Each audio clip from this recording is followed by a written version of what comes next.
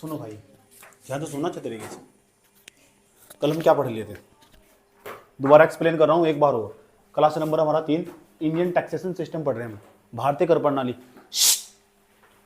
बंद कर दो सब, किताबी कापी बंद कर दो, यहाँ तो सुनो अच्छे तरीके से। बहुत सारे सवाल पूछूंगा आज, बहुत सारे। हो सकता है तुमने अपने डेली लाइफ में भी अनुभव करे हो सवाल। समझ में आया बात? या दोबारा फिर सुन लो। क्लास नंबर 3 है मेरी। ये पहले क्लास में सिलेबस समझाया, कहाँ से पढ़ना, कैसे पढ़ना। दूसरे नंबर में मैंने कल क्लास में ले लिया लेक्चर पूरा। उसके बाद हम यहाँ पहुंच गए। ठीक, ये जब भी समझ में आगा जो पिछले वाला देख रखा होगा, और आज ही देख लेना घर जाकर। मेरा सिंसियरली रिक्वेस्ट है तुमसे, आज ही देख लेना, उसके अंदर एक एक चीज पर सर्च करना। और दोबारा फिर बता रहा हूँ, पीरी का क्वेश्चन बुकलेट साथ में रखो साइड में। समझ, पीरी का जो क्वेश्चन बुकलेट है सामने रखो, मार्केट से मंगा लो, नहीं है तो मंगा लो साइड में। बिना क्वेश्चनों के पढ़ने की जरूरत नहीं है। मैं भी कह रहा हूँ, इस पढ़ाई को आज ही बंद कर दो अगर बिना क्वेश्चन के पढ़ रहे हो। हर दिन क्वेश्चन देखना, चाहे आया चाहे नहीं आया। सबसे पहले यही काम करना, लिखना बाद में। सबसे पहले ही देखना टॉपिक पढ़ने के बाद आज जो पढ़ाया गया, जो शब्दावली आज यूज हुई, वो कौन से क्वेश्चन से मैच कर रही। आया समझ? पीरी का क्वेश्चन बुक ले लो, कोई से मार्केट में एक बुक ले लो, कोई सी भी जिससे पिछले सालों का क्वेश्चन हो। दृष्टि का वो ले लो, समझ में आई बात है। उसमें क्वेश्चन वाइज देख रहा है, चैप्टर वाइज दे रखा है। जो मैं चैप्टर पढ़ा रहा हूँ ना, लोक आय व्यय वाला राजकोषीय नीति है, तो राजकोषीय नीति तक जितने भी सवाल आए ना पीरी के, वो सारे उसमें दिए हुए हैं। और हर क्वेश्चन को आप पढ़ो, क्वेश्चन पढ़ने के बाद ही पढ़ना। जो क्वेश्चन है ना वही बतागा तुम्हें किस लेवल तक पढ़ना। एक क्वेश्चन को मैं यहाँ से क्वेश्चन बनागा ना, उसे बहुत लॉन्ग खींच सकता हूँ, निर्भर करता किस टाइप से पढ़ा रहा हूँ मैं तुम्हें। अगर मैं क्या बताऊँ, मैं तुम्हें इकोनॉमिक्स का जो पढ़ा रहा हूँ उसका लेवल बहुत डिफिकल्ट हो, इतना डिफिकल्ट हो कि वो जाकर तुमसे ऑप्शनल का सवाल पूछ रहा हो, इसीलिए कहता हूँ, मैं पर्सनली सजेस्ट करता हूँ तुम्हें कि भाई साहब सबसे पहले एक क्वेश्चन बुकलेट खरीद लो, है ना, उसे खोल लो, प्लीज खोल लो, हाथ जोड़कर सिंसियरली रिक्वेस्ट है। नहीं तो तुम बहुत दूर चले जाओगे, समझ बात है, और बहुत दूर से निकल जाओगे, यूपीएससी का सिलेबस पीछे छोड़ दोगे। ऐसे वजह में ऐसा मत करो, अन्याय कर रहे हो तुम। तो हम बात कर रहे किसकी? हम बात कर रहे भारतीय कर प्रणाली की, कि जो भारत सरकार है, भारत सरकार की राजकोषीय नीति की बात कर रहे हैं, फिजिकल पॉलिसी पढ़ रहे हैं हम। और जो फिजिकल पॉलिसी है ना, राजकोषीय नीति, उसके दो अवयव हो, एक तो हो लोक आय, एक हो लोक व्यय। भारत सरकार कहां तक पैसा कमाती होगी, कहां पैसा खर्च करती होगी, खर्चा बाद में, पहले कमाना सीख लो। कमाना यही समझा रहा हूं मैं। लोक आय, जो लोक आय है, यही तो लोक आय लिखा हुआ, भारत सरकार कहां से पैसा कमाती है, अब यही समझा रहा हूं मैं तुम्हें। यही मेरा यूपीएससी का सिलेबस है कि जो लोक आय है, भारत सरकार कहां से पैसा कमाती है, तो भारत सरकार पैसा कमाती है टैक्स लगाती है। हर चीज पर तुम टैक्स दे रहे, यहां बैठे हुए ना तुम टैक्स दे रहे, तुम रोड पर चल रहे हो, तुम रोड का टैक्स दे रहे, तुम वाहन प्रयोग कर रहे हो, वाहन का टैक्स दे रहे हो, तुम कार प्रयोग कर रहे हो, उसका भी टैक्स दे रहे हो तुम। हर चीज पर टैक्स जा रहा। मुझे तो सुनकर भी हैरानी हुई कि प्राकृतिक, जो प्रकृति के द्वारा चीजें हम प्राप्त हो रही, उन पर भी टैक्स। गांव में तो समय से हटा दिए गए, नल के ना सब हटा दिए गए, अब पानी में टंकी ले गए, आए समझ में, टैक्स दो, चलो बेटे टैक्स दो, बहुत पानी उपयोग कर लिया तुमने, पानी पर भी टैक्स। बताओ, हर चीज पर तुम टैक्स दे रहे हो, वो टैक्स सारा यहाँ ऐड हो जाएगा, ऐड हो जाएगा, आए समझ में। अब यू गैर कर कहा हो, सरकार यहां तक पैसा कमाती होगी, लेकिन सरकार की जो नॉन टैक्स तक कमाई है वो लगभग ना के बराबर है, क्योंकि सरकार ना कुछ क्षेत्रों में आज भी लाइसेंस जारी करते हैं। जैसे तुम्हें ड्राइविंग करनी हो तो उसका ड्राइविंग लाइसेंस बना जाता होगा। किसके पापा का ड्राइविंग लाइसेंस बना हुआ, हाथ खड़ा हो, ड्राइविंग लाइसेंस बना हुआ, वो ड्राइविंग लाइसेंस बना हुआ तेरे पापा का ड्राइविंग लाइसेंस, तेरे पापा का ड्राइविंग लाइसेंस। ड्राइविंग लाइसेंस को एक बात देखना चाहेगा, एक बात पता करना, उसके पैसे उन्होंने नगद दिए होंगे, वे नगद यहाँ नॉन टैक्स मांगे, वो टैक्स में नहीं काउंट होने का। तो सरकार की यहाँ तक कमाई तो है, लेकिन बहुत कम कमाई है। और वो इतना ही नहीं है नॉन टैक्स, सरकार कभी कभी किसी पे जुर्माना लगा देती है। यहाँ बता ले, तुम किसी पार्क में गए होंगे, कि सुन लो, किसी पार्क में गए होंगे, किसी बहुत बड़े सरकारी संपत्ति में, सार्वजनिक संपत्ति में गए होंगे, वहां लिखा हुआ यहाँ थूकने पर 500 रुपए का जुर्माना है, लोग वहीं थूक रहे हैं, कोई पकड़ भी गए ना, वो 500 रुपए का जुर्माना कहाँ जाएगा, यहाँ जाएगा नॉन टैक्स में। सरकार की कमाई यहाँ बहुत कम है, तो इसका मतलब सरकार की कमाई यहाँ तो बहुत ज्यादा होगी। आया समझ, ये सरकार के द्वारा टैक्स लगाई जाती है। लेकिन हमारे तो सरकार दो सरकार हमारे, एक तो केंद्र स्तर की सरकार, एक राज्य स्तर की सरकार। भी समझाना चाह रहा हूँ, जीएसटी से पहले क्या व्यवस्था थी, जीएसटी से पहले क्या क्या व्यवस्था थी। कल की क्लास के द्वारा यही बताया गया सब बच्चों को कि जीएसटी की क्लास के अंतर्गत कौन कौन सी व्यवस्था की गई थी। बिफोर जीएसटी कल हमने पढ़ाया गया कि बिफोर जीएसटी क्या क्या क्या व्यवस्था थी। ठीक, यहाँ इधर हमारा सेंटर होगा, सेंटर मतलब केंद्र सरकार, केंद्र सरकार के द्वारा कौन कौन से टैक्स लगाए जा रहे हैं। इधर तुम्हें समझाया था राज्य सरकार है, राज्य सरकार के द्वारा कौन कौन से टैक्स लगाए जा रहे हैं, समझाया था। मैं पर्सनली रिक्वेस्ट कर रहा हूँ, बहुत दूर निकल जाओगे अगर तुमने आज वीडियो नहीं देखा। समझ में आया बात? या एक ही वीडियो को 2 बार देख लो, लेकिन वीडियो देखने से पहले मैं दोबारा रिक्वेस्ट कर रहा हूँ, क्वेश्चन बुकलेट साथ में होनी चाहिए। आदत, हैबिट डालो। जिस बच्चे ने आदत डाल ली ना प्रीवियस क्वेश्चन पेपर पढ़ने की, उसका होगा क्या, कल्याण हो चुका उसका। जाओ, उसका एग्जाम निकल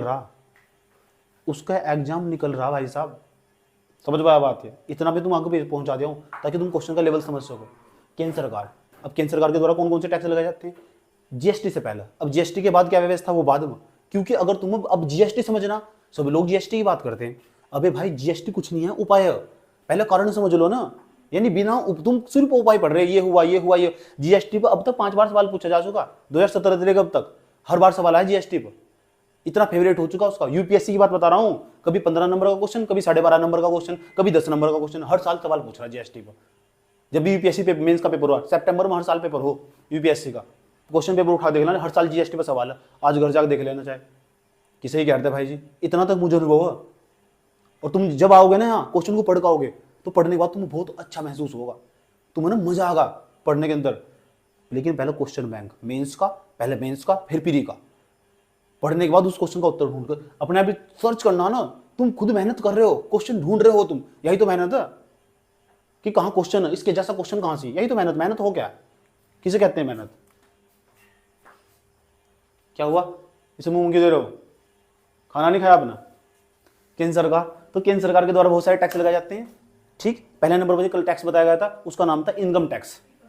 इनकम टैक्स कल बताया था कि बेटे इनकम टैक्स तो डर लगता है। इनकम टैक्स को कल क्या बताया था? व्यक्तिगत आयकर, इनकम टैक्स इसे बोलते हैं, कल बताया गया था। आया समझ, पूरा का पूरा स्लैब दिखाया गया था। मैंने कहा था देखो 0 से लेकर आपकी इनकम 2.5 लाख ये लगाती थी सरकार। और अब अभी क्या व्यवस्था, वो बात बताऊंगा। अभी की लेकिन व्यवस्था बता दी, अभी केंद्र सरकार लगाती है इस पर टैक्स। कल हम केंद्र सरकार के टैक्स पढ़ लेते, इनकम टैक्स हमने कल पढ़ लिया था। ठीक, इसका थोड़ा थोड़ा मैंने वहां तो सर्च करके देखना इनकम टैक्स वर्तमान समय में क्या व्यवस्था। लेकिन मैं वर्तमान का नहीं पढ़ा रहा हूं, अपने आप को मान कर चलो जुलाई 2017 से पहले 0 हो तुम। अब जो जुलाई 2017 से पहले 0 होंगे, इसका मतलब इसका जहां जो व्यवस्था होगी उसमें पढ़ रहे हैं हम। जीएसटी से पहले की व्यवस्था पढ़ रहे हैं। जो वैट था, वैट काम करता था, जीएसटी नहीं काम करता था। अलग अलग राज्य वस्तु पर अलग अलग टैक्स लगाया करता था। वो समझ रहे हम कि कौन से टैक्स तो केंद्र सरकार के पास थे और कौन से सरकार टैक्स राज्य सरकार के पास थे। जीएसटी से पहले नई टैक्सेशन प्रणाली समझनी मुझे। जब नई टैक्सेशन प्रणाली समझनी ना मुझे, अब मैं जितना भी समझाऊंगा ना सारा जिस तरीके था वो सारा एक्सप्लेन करवाऊंगा तुमसे, जिस टाइम मैंने बताया अभी क्लास में। माइक देखो तुम्हारे हाथ में, याद रखना। दूसरे नंबर पर चले जाओ। दूसरे नंबर पर कल हमने समझाया इनकम टैक्स। इनकम टैक्स के बाद बताओ, मैंने कॉर्पोरेट टैक्स नहीं बताया था। कॉर्पोरेट टैक्स इसका मतलब निगम कर। वो जो कंपनियां हो, अगर 248 करोड़ रुपए, 248 से बताया था 250 करोड़, अच्छा 250 करोड़, अगर 250 करोड़ रुपए से ऊपर की इनकम हो ना, ये समझ जाओ इनकम हो अगर कंपनी की, समझ जाओ उस पर टैक्स लगाया जाएगा। भारत की सरकार कहती है केंद्र सरकार बेटा एक काम करो, तुम बहुत बड़े बिल्डर बनने थे ना, आ जाओ इधर आ जाओ टैक्स दो। ठीक, तीसरे नंबर बताया केंद्र सरकार के द्वारा लेगा टैक्स। तीसरे नंबर बताओ क्या, कौन सा बताया था तीसरे नंबर का, बताओ। उसका नाम था union excise duty. Union excise duty. ठीक, बहुत अच्छी तरीके से एक्सप्लेन कर रखा। जब भारत के अंदर कोई भी वस्तु बनाई जाती होगी ना, तो भारत की सरकार भी टैक्स लगाती है। समझ में आया बात? या इसे दूसरी भाषा में कल बताया गया था। इसके नाम ने यूनियन क्यों लिखा गया? क्योंकि राज्य की सरकार भी टैक्स लगाती है, उसे स्टेट एक्साइज ड्यूटी बोलते हैं। State excise duty. और ड्यूटी जो शब्द है ना, वो हमेशा वस्तु के लिए यूज करते हैं। और जो टैक्स है ना, टैक्स वो हमेशा ओवरऑल यूज करते हैं। किसी भी हम यूज कह सकते हैं, प्रत्येक ड्यूटी को हम टैक्स कह सकते हैं, लेकिन सभी ड्यूटी को हम टैक्स नहीं कह सकते। सारी की सारी ड्यूटी को हम टैक्स कह सकते हैं, लेकिन सारी ड्यूटी को हम टैक्स नहीं कह सकते। समझ में बताया? मैंने कहा सारे की ड्यूटी ना टैक्स के अंदर आ जाएगी, लेकिन टैक्स ड्यूटी कभी भी टैक्स नहीं बन सकता। समझ में आई बात है? समझने की कोशिश कर रहे हैं। ड्यूटी किसी वस्तु के लिए स्पेसिफिक यूज करोगे, लेकिन स्टेट एक्साइज ड्यूटी क्यों बोलते हैं? क्योंकि दो चीज ऐसी है हमारे यहाँ। एक तो हमारा बताया था लीकर, तुम्हें लीकर, और दूसरे नंबर बताया था लीकर के नाम अफीम। अफीम का नाम बताया तो ओपियम। इन पर आज भी राज्य सरकार टैक्स लगाती है। और जैसे पेट्रोल डीजल का दाम होगा, ये भी तो इनके दाम अलग अलग राज्य में अलग अलग पाए जा। अब उत्तराखंड की सरकार है, वो शराब पर जो टैक्स लगाती होगी, शराब पर जो टैक्स लगाती है उसे लीकर मांगा होगा। यहाँ शराब के दाम अलग होंगे, दूसरे राज्य में जाओगे वहाँ शराब के दाम अलग होंगे। ठीक, कल मोहतरमा बता रही थी कि पंजाब में सस्ती शराब, इन तक पूछ लो शराब के बारे में। समझ नहीं बात है? इतनी बात बताओ, समझ में नहीं आई? कोई दिक्कत और कुछ मिला नहीं ना? और गर्व के साथ बता रही जाना बहुत अच्छा काम कर दिया, पी होगी ना किसी दिन बैठ कर। समझ में आया बात है? नेक्स्ट चलो, अगर चौथे नंबर पर चलो। कौन सी duty? Custom duty. Custom duty जो कस्टम ड्यूटी थी ना, ये कस्टम ड्यूटी का इसका मतलब वो जो कस्टम ड्यूटी कह दो, कस्टम शुल्क कह दो, जो तुम पोर्ट पाओगे, बंदरगाह पाओगे भाई, बंदरगाह पर सामान लेकर आओगे, ये ना इसके अंतर्गत दो करांगे। उसे एक तो आयात कर बोलते हैं, निर्यात कर बोलते हैं। आयात कर और निर्यात कर।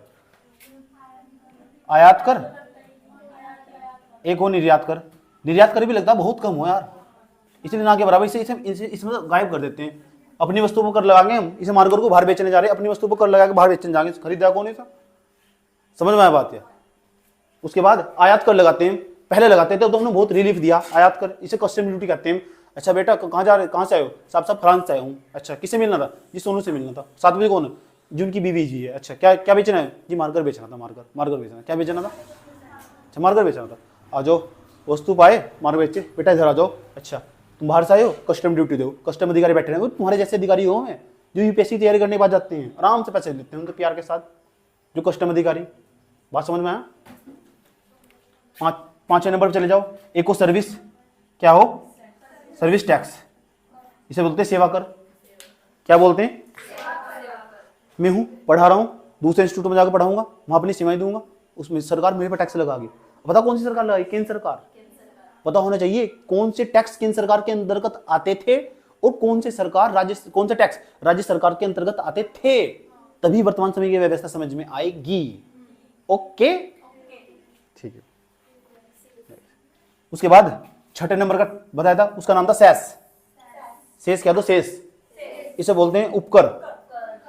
इसे मैंने चर्चा नहीं करी, थोड़ा मैं डिटेल से कंगालूंगा इसे। उसके बाद सातवें नंबर का उसका नाम था अधिभार। अधिभार इंग्लिश में कहते हैं सरचार्ज। सरचार्ज बताया गया था कल अच्छी तरह, कल वाली डिस्कस कर रहा हूं। ठीक, 7 हो गए नहीं? इतनी बात बताओ, समझ में नहीं। लेकिन जो एक तो वस्तुएं हो, एक सेवाएं हो। जिस प्रकार वस्तुओं का उत्पादन हो उसी प्रकार सेवाओं का उत्पादन हो। जिस प्रकार वस्तुओं की बिक्री हो उसी प्रकार सेवाओं की बिक्री नहीं होती। ऐसे समझो, ये कल बताया था मैंने तुम्हें। वस्तुओं का उत्पादन तुमने यहां कर दिया, बिक्री तुम कहीं और भी कर सकते हो। वो सेवाओं का उत्पादन तुमने यहां कर दिया, सेवाओं की बिक्री भी फिर यही होगी। सेवाओं का जिस टाइम पर उत्पादन हो उनकी बिक्री उसी वक्त हो जाती है। लेकिन वस्तु की खास बात, ये वस्तु तुम यहां से उठाओगे, दूसरे स्टेट में लेके चले जाओगे, उत्तराखंड से उठाकर यहाँ लेके चले गए तुम यूपी में, तो यहाँ की सरकार भी टैक्स लगा सकती है और वहां की सरकार भी टैक्स लगा सकती है। जैसे तुम बनाया तुम ना, जैसे तुम भारत के अंदर कुछ भी बनाओगे ना, तो यूनियन एक्साइज ड्यूटी तुरंत लग जाएगी। उनके अधिकारी तुरंत खड़े रहते हैं, फाइल भरवा के जमा कर रखते हैं। बेटे आराम से टैक्स देते हैं ना। कोई भी कहीं भी तुमने कंपनी लगाई पूरे भारत के अंदर, टैक्स पे करना सबको। कौन सा? Union excise duty. कुछ भी बना रहे हो चाहे, एक एक वस्तु पर टैक्स लगता। और ओवरऑल जितनी वस्तु एक दिन में बननी, फिर एक महीने के अंदर कितनी बन रही, एक साल के अंदर कितनी बननी, चुपचाप बेटा टैक्स दे दो भारत सरकार को। आया समझ में? उसे बोलते हैं कौन सा टैक्स? Union excise duty. जहां उत्पाद, जो भी उत्पाद तुम बनाओगे उस पर टैक्स लगने वाला। ठीक, इतनी बात बताओ, समझ में नहीं आई? कोई दिक्कत? चलो, इसलिए कुछ कंपनियां ना जंगलों में लगाई जा जहां दूर दूर तक कोई नहीं आता, अधिकारी भी नहीं आते। कस्टम अधिकारी क्या करना आगे वहां से? ऐसे समझ लो, कस्टम अधिकारी करने के आगे वहां, जंगल में करने के आगे। बेवकूफ थोड़ा ही है, इतना बड़े अधिकारी क्यों आगे वहां? इसलिए समझ जाओ, अगर कोई कंपनी जंगल में लगाएंगे ना, तो समझ जाना ओहो टैक्स तो बचने की चोरी कर रहे हैं, टैक्स चोरी कर रहे हैं। याद रखना बात। दूसरे नंबर पर जाओ, दूसरे नंबर पर जरा जाओ। ठीक, रजिस्टर्ड नहीं होती, कुछ वैसे फैक्ट्री टाइप की खोल लेते हैं इस तरह करके, वो भी इलीगल हो, बिना रजिस्ट्रेशन के। कंपनी अधिनियम 2013 के तहत रजिस्टर्ड होनी चाहिए। दूसरे नंबर पर जाओ। दूसरे नंबर पर इसे बोलते हैं, एक जो राज्य सरकार लगाती है अलग अलग तरीके से, उसे बोलते हैं वैट। वैट का मतलब value added tax, value added tax, मूल्यवर्धित कर। दूसरी भाषा में से कहते हैं बिक्री कर, सेल टैक्स भी से कहते हैं। जैसे तुम वस्तु बेचने जाओगे, अब ध्यान से सुनना अच्छे तरीके से, बहुत आराम से सुनना। यहां से हमारी चर्चाएं प्रारंभ हो रही, कल यहां तक हम पढ़ लिए सारा है। अब मैं केंद्र सरकार के द्वारा लगाया जाने वाला टैक्स बता दिया तुम्हें। अब मैं समझाने जा रहा हूँ, आज से हमारी क्लास प्रारंभ है। ये जो पीछे का समझाना कल का डाटा था। ठीक है, मैं तुमसे सिंसियरली रिक्वेस्ट करता हूँ, क्वेश्चन बुकलेट सामने रखो, चाहे प्री का हो चाहे मेंस का हो, क्वेश्चन डेली पढ़ना, डेली कंटिन्यू। क्वेश्चन था क्या, एक बार नहीं पढ़ना, 3 बार पढ़ना, और उसका हल भी देखना क्या है, और 4 ऑप्शन पर मेहनत करनी, क्या कहने को कर रहा जा रहा है, और टॉपिक से रिलेटेड जो चल रहा। मैंने भी कह रहा हूं, जो मजबूती आज इसे पढ़ने के साथ पैदा हो सकती है ना, वो जीवन में तुम्हारे पास कभी नहीं होने की। मैं आज तुम्हारे पास हूं, कल नहीं होने का, कल नहीं मैं पढ़ाने आना है क्लास में।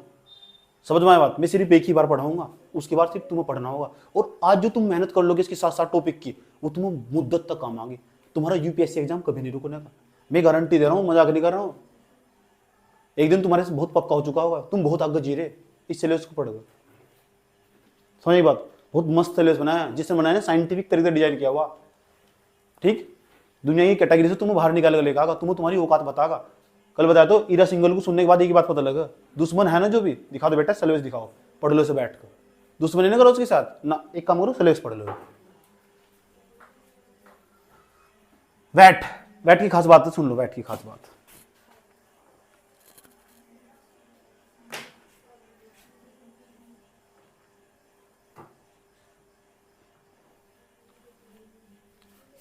ओके चले, हम पढ़ने राज्य सरकार के द्वारा लगाए जाने वाले टैक्स। वैट का मतलब समझे, वैल्यू एडेड टैक्स। इसे क्या कहते हैं? बिक्री कर। बिक्री कर। इतनी बात बताओ, समझ में आई नहीं आई? मान लो वस्तु का उत्पादन हुआ, किसका उत्पादन हुआ? वस्तु का क्या हुआ? उत्पादन हुआ। ठीक, जो गुड्स उनका प्रोडक्शन हुआ। ध्यान सुना अच्छे तरीके से। तो जो केंद्र सरकार है ना, मान लो उन्होंने लगा दिया 10% टैक्स लगा दिया। जब भी वस्तुओं का उत्पादन होगा केंद्र सरकार टैक्स लगाएगी। और जो केंद्र सरकार टैक्स लगाएगी, कौन सा टैक्स लगाएगी? यूनियन एक्साइज ड्यूटी, केंद्रीय उत्पाद कर लगा दिया गया। लगा दिया गया। वो कैसे लगाते हैं? पता कैसे लगाते हैं? महीने वाइज, पता क्या हो, मंथली वाइज हो या ईयर वाइज हो, एक महीने के अंदर कितनी वस्तुएं बन रही है ना, उनका सारा लेखा जोखा, उनकी रिटर्न फाइल हो पूरी पूरी, समझ में।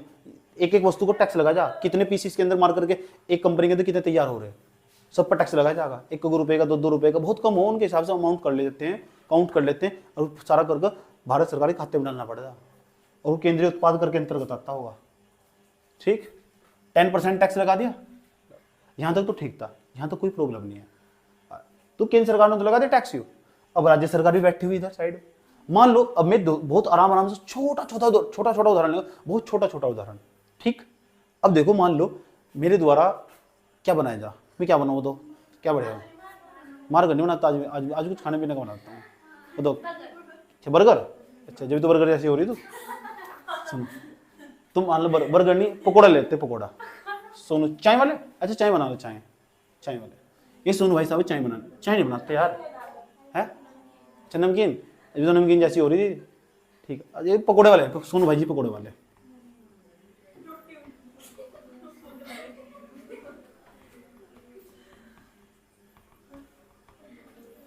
अब देखो पकोड़ा बनाया, बताओ मामूली तरीके तुम्हारे यहाँ पकोड़ा कितने का? 10 रुपये तो बाहर भी निकल जा करो।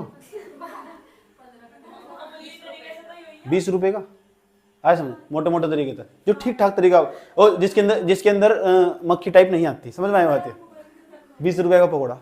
ये सोनू भाई जी है पकोड़े वाले, सोनू भाई जी पकोड़े वाले 10-20 रुपए पकोड़ा, 20 रुपए पकोड़ा, 20 रुपए। मीनू जी एक बार आओगे, बार आओगे, जल्दी आओ, चले आओ, कहा जल्दी, इधर देखो, कितने रुपए पकोड़ा? अब पकोड़ा जब मैंने बनाना स्टार्ट कर दिया, ये सब इन्हें मैंने लगाई रखा है, आए समझ में? ये तो बिक्री कर अपना भी बढ़ा देगी। सुन लो, तो 20 रुपए पकोड़ा बनाया। अब हमने क्या किया? हमने एक स्टार्टअप खोल लिया मिलकर। ठीक, मैं उस कंपनी को लीड करता हूँ, मैनेजर हूँ उसका, सबको मैंने काम सौंप रखा है अपना आप। हम सब ये पकोड़े बनाते हैं। ठीक, तो तुम सब उसमें पार्टिसिपेट कर रहे हो। देखो पकोड़ा हमने जनरेट कर लिया, एक हमने कंपनी खोल दी, कंपनी दिन में 2013 के तहत तो रजिस्टर्ड भी करवा लिया। ठीक, उसके बाद वर्कर सब चीज, थोड़ा काम तुमको सब पाता। अब पकोड़े को ना ब्रांड बना दिया, सोनू पकोड़े वाले, सोनू भाई जी पकोड़े वाले, गजब का पकोड़ा। पकोड़े के रेट बढ़ गए, जो भी एक बार पकोड़ा खाता था ना, घरे क्या गजब का पकोड़ा बनाते हैं। ठीक, पकोड़ा 20 रुपए का बनाया, कितने का? वस्तु का हमने उत्पादन कर दिया 20 रुपए का, एक पकोड़ा 20 रुपए का। जैसे हम पकोड़ा उत्पादन कर रहे हैं ना, भारत सरकार के जो अधिकारी थे, जो टैक्स पे करने वाले, उन्हें पता लग चुका पकोड़े की डिमांड बहुत बढ़ रही, और जहां इनका उत्पादन हो रहा, हद तो जब हुई जब हमारे पकोड़े इतने फेमस हो गए पूरी भारत के अंदर कि वे चोरियों नेपाल भी जाने शुरू हो गए। ऐसा बता, चुपचाप लेके जा रहा था एक व्यक्ति, अधिकारियों ने पकड़ लिया उसे, क्या लेके जा रहे हो? सब पकोड़ा लेके जा रहे हो। कहां से रहे? सोनू पकोड़ा वाले। धीरे धीरे यही बात फिर न्यूज़पेपर में छा गई, बस हम तो पकोड़े वाले रात दिन अमीर बन गए यार। ठीक, पकोड़े पकोड़े थे, टर्नओवर 4,000 करोड़ की कंपनी तैयार कर दी हमने पकोड़ों की, सच में। फिर एफपीआई के तहत उसमें शेयर मार्केट में लिस्टेड भी करवा दिया हमने वहां। पकोड़े पकोड़े थे, सुन लो ध्यान से, सुन लो इतना पकोड़ा इतना फेमस होगा। ठीक, ये सब किसका कारण था? ये सब तुम्हारी मेहरबानी थी। तुमने जो पकोड़े में ना एक एक चीज ऐसी बना रखी जबरदस्त तरीके से, ये पता मुझे, ये पता वो पता, चलो पकोड़ा तैयार होगा। पकोड़ा केंद्र सरकार खड़ी, केंद्र सरकार बेटा बहुत हुआ तुम्हारा जो पकोड़ा ना, ठीक, ये भारत की ना सीमाओं को लादते हुए जब पार जाने की कोशिश कर रहा है। हद तो जो होगी जी पाकिस्तान वालों ने इसकी डिमांड करी, आए समझ में, इतनी डिमांड। अच्छा तो बताओ बेटे, लाभ तो कमा रहे हैं हम, 4,000 करोड़ की कंपनी खड़ी कर दी हमने पकोड़े पकोड़े से। पकोड़ों की डिमांड बढ़ती चली जा रही है। उसके बाद 20 रुपए का पकोड़ा, केंद्र सरकार आई, बेटा सोनू कहाँ जी, तुम यहीं बैठे हुए थे या आटा गूंदने पर लगी हुई थी, ऐसा पकोड़े चाहिएगा। अच्छा तो मेरे खातर रोटी बनानी होगी यार। ये 20 रुपए, चुप हो जाओ, सुन लो 20 रुपए पकोड़ा था। केंद्र सरकार के अधिकारी आए, कहने लगे बेटे 20 रुपए का पकोड़ा, सोनू जी आ जाओ बेटे 5 रुपए टैक्स दो, जाओ टैक्स। यहां तक तो सही था, 5 रुपए टैक्स, कितने रुपए? 5 रुपए टैक्स दे दिया। अब पकोड़ा में 20 का तो बेचने का नहीं।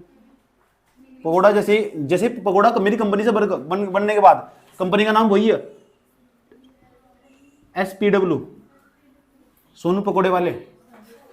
ठीक, SPW से जैसे कंपनी से बनकर बाहर निकला ना, SPW से पकोड़ा बाहर निकला, सोनू पकोड़े वाले, समझ में आया बात? ये कंपनी से बनकर बाहर निकला तो पता क्या हुआ, हमने सोचा अब कहाँ बेचना। 2017 से पहले की व्यवस्था आई काजल नुगारी, मेरे नेटवर्क बहुत दूर दूर तक फैले हुए, मैंने तो यही करा पंजाब हरियाणा राजस्थान सब फैले हुए। मैंने कहा बुद्धि तो तेरे में है नहीं अभी इतनी। ठीक, आइया नुगारी ये इसे क्या पता, इसे ये क्या घूमी, मेरे तो मिलो ना, मेरे तो कहा ये सब बच्ची की कह रहे। मैं पठानकोट घूमी आई, सुनो मैं पठानकोट घूमी आई, बहादुराबाद छान मारा मैंने, आए समझ में, सुनो ध्यान से अच्छे तरीके से। उसके बाद ये लुधियाना में घूमी, पंजाब सारा जाना मुझे, दूर दूर तक मेरा, दक्षिण भारत में जाना मुझे। अच्छा ठीक, दूसरे वाली कह रही कि ये तो बेवकूफ, इस असली इंस्टाग्राम तो मैं चलाती हूँ ना, क्या पता इसका नेटवर्क भी फैला हुआ। पकोड़ा बेचने अब हम पता कहाँ जाने वाले, पकोड़ा बेचने पता कहाँ जाने वाले, दूसरे स्टेट में। अब हिंदी टेक्निकल कोर्स स्टार्ट हो जाएगा, दूसरे स्टेट में जा रहे हैं पकोड़ा बेचने। चले गए यूपी के अंदर, किसके अंदर?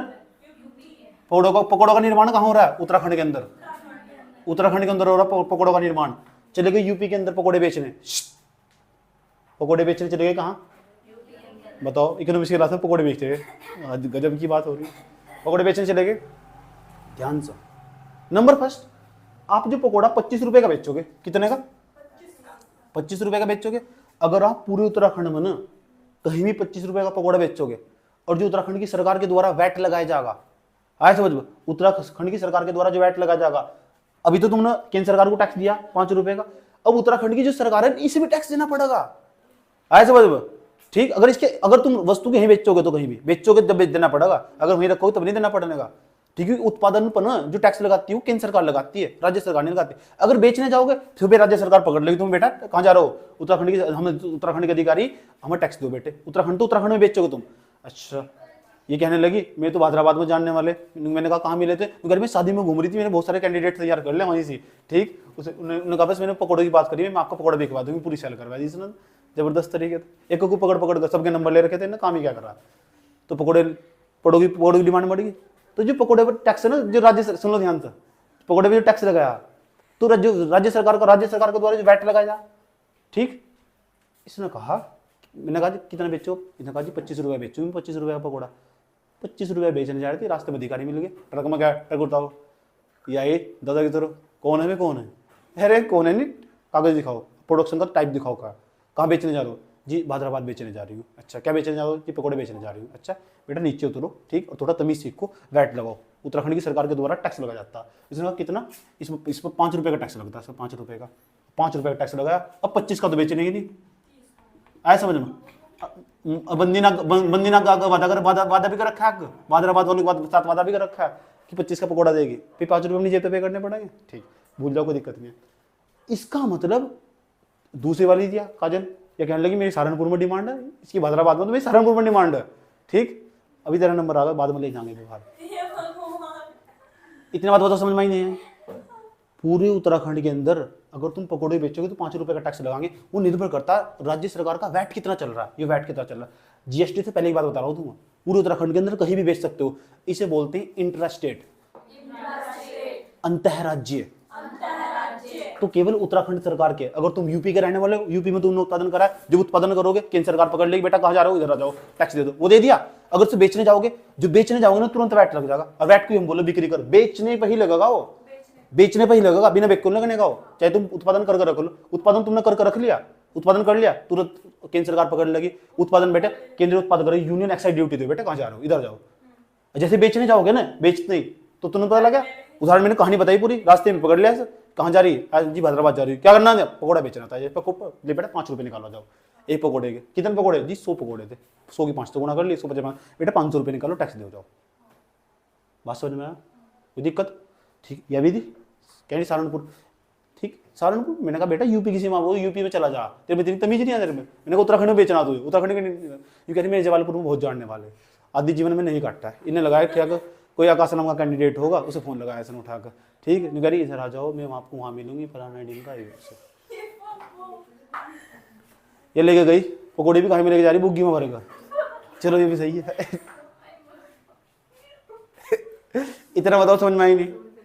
पकौड़े बेचने चली गई, तो बताओ पकौड़ा बनाया था कितना, 25 का, 25 का, ठीक। अगले दिन खबर छपी अखबार में, काजल पकौड़े वाली बेचते हुए इनलीगल पकौड़े बेच रही, ऐसे वैधानिक तरीके से, टैक्स नहीं दे रही।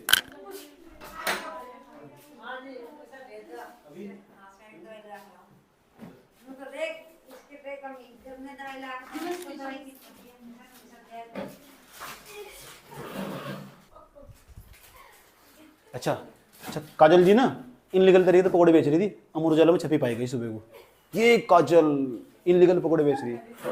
केंद्र सरकार ने पकड़ा, बेटा कहाँ जा रहे हो जी, पकौड़े बेच रही थी। अच्छा बेटा एक काम करो, टैक्स दे जाओ, वो ड्रामा होगा तुम्हारा, 5 रुपये टैक्स, आज के बाद 30 रुपये बेचना पकौड़ा। अब काजल का भी यही हाल हुआ। उत्तराखंड के अगर टैक्स अंदर बेचती होगी कहीं भी, इसे बोलते हैं इंट्रास्टेट। इंट्रास्टेट मैं भी अब भी कह रहा हूं, अंतः राज्य, अंतः राज्य, इसे बोलते हैं इंट्रास्टेट टैक्स, अंतः राज्य कर, टैक्स कर, अंतः राज्य कर, इंट्रा स्टेट टैक्स,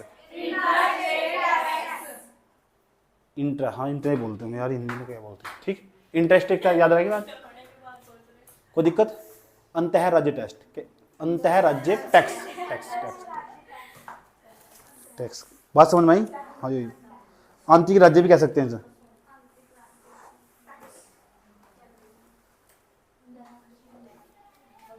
इतनी बात बताओ, समझ में नहीं आई।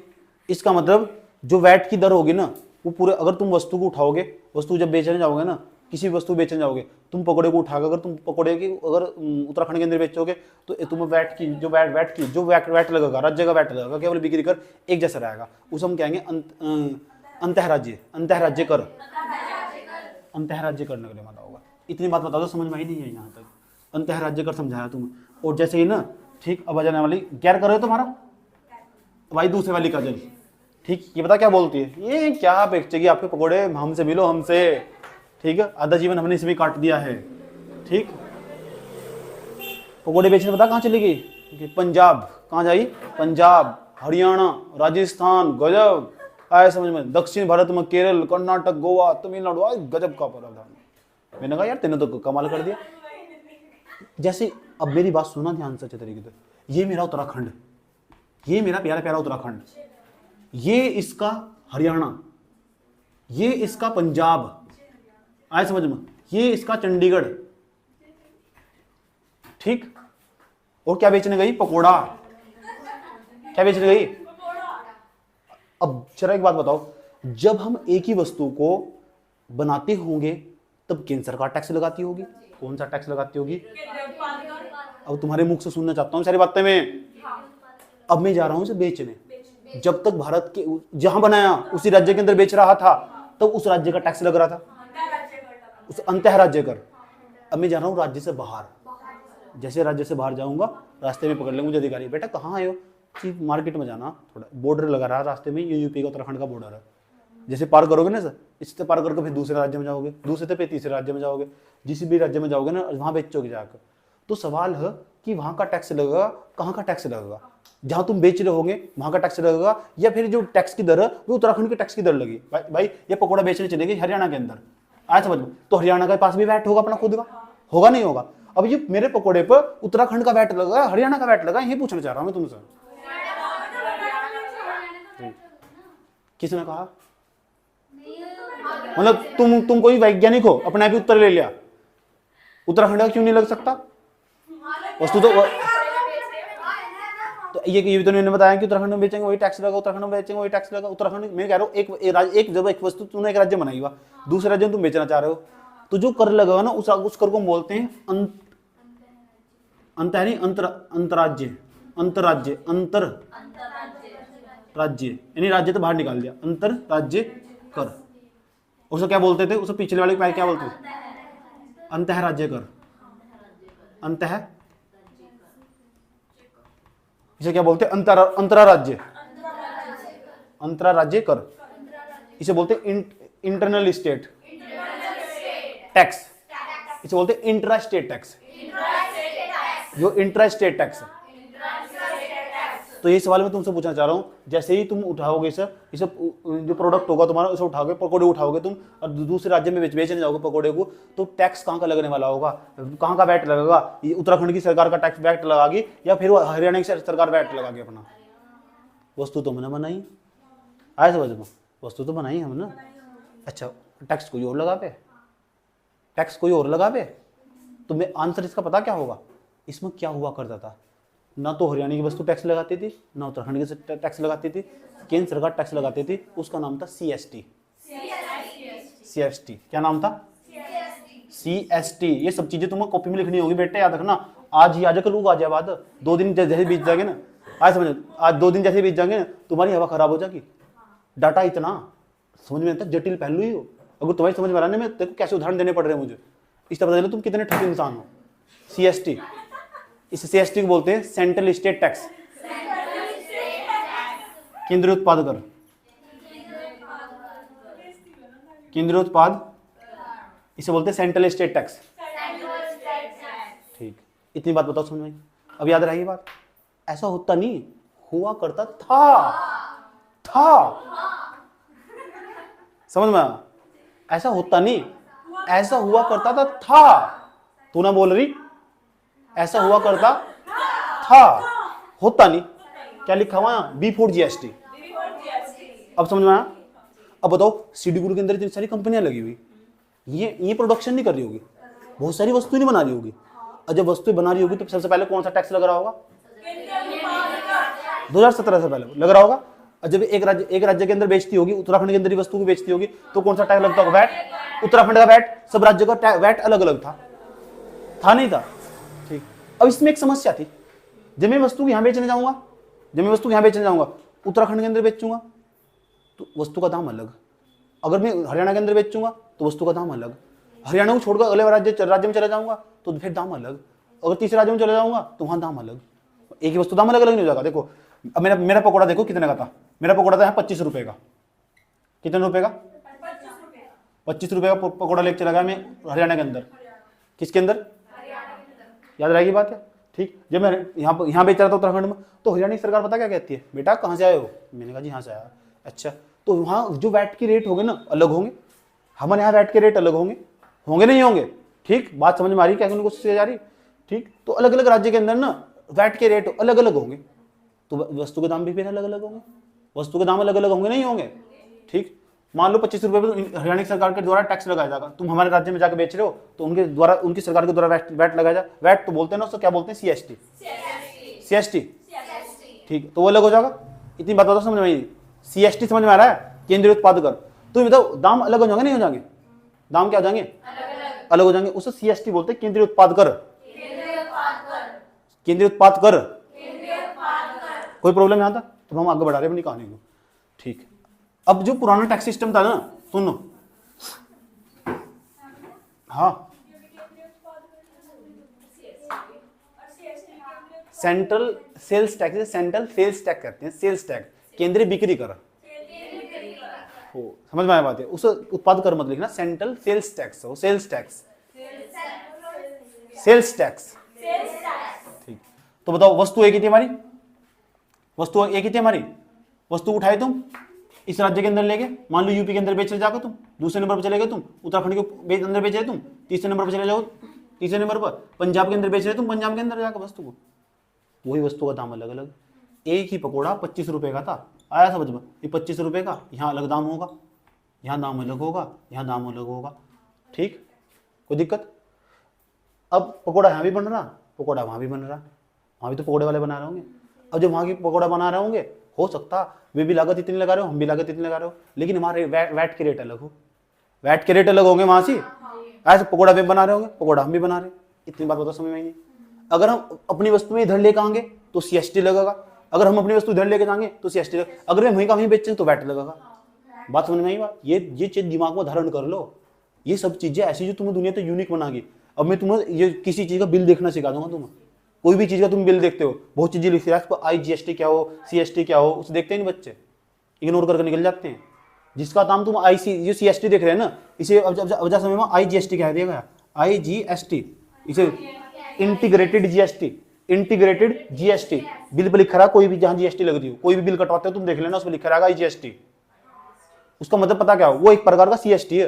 पहले बोलते थे हम CST को सेंट्रल सेल्स टैक्स, इसे बोलते इंटीग्रेटेड, इंटीग्रेटेड एकीकृत वस्तु एवं सेवा कर, ऐसा समझ। इसलिए जब लगाया जा, जब वस्तु एक स्टेट से दूसरे स्टेट में आई हो, समझ में आई बात है। पहले हम क्या लगाते हैं, CST, अब इसका नाम क्या है, IGST। नाम क्या है, एकीकृत वस्तु एवं सेवा कर,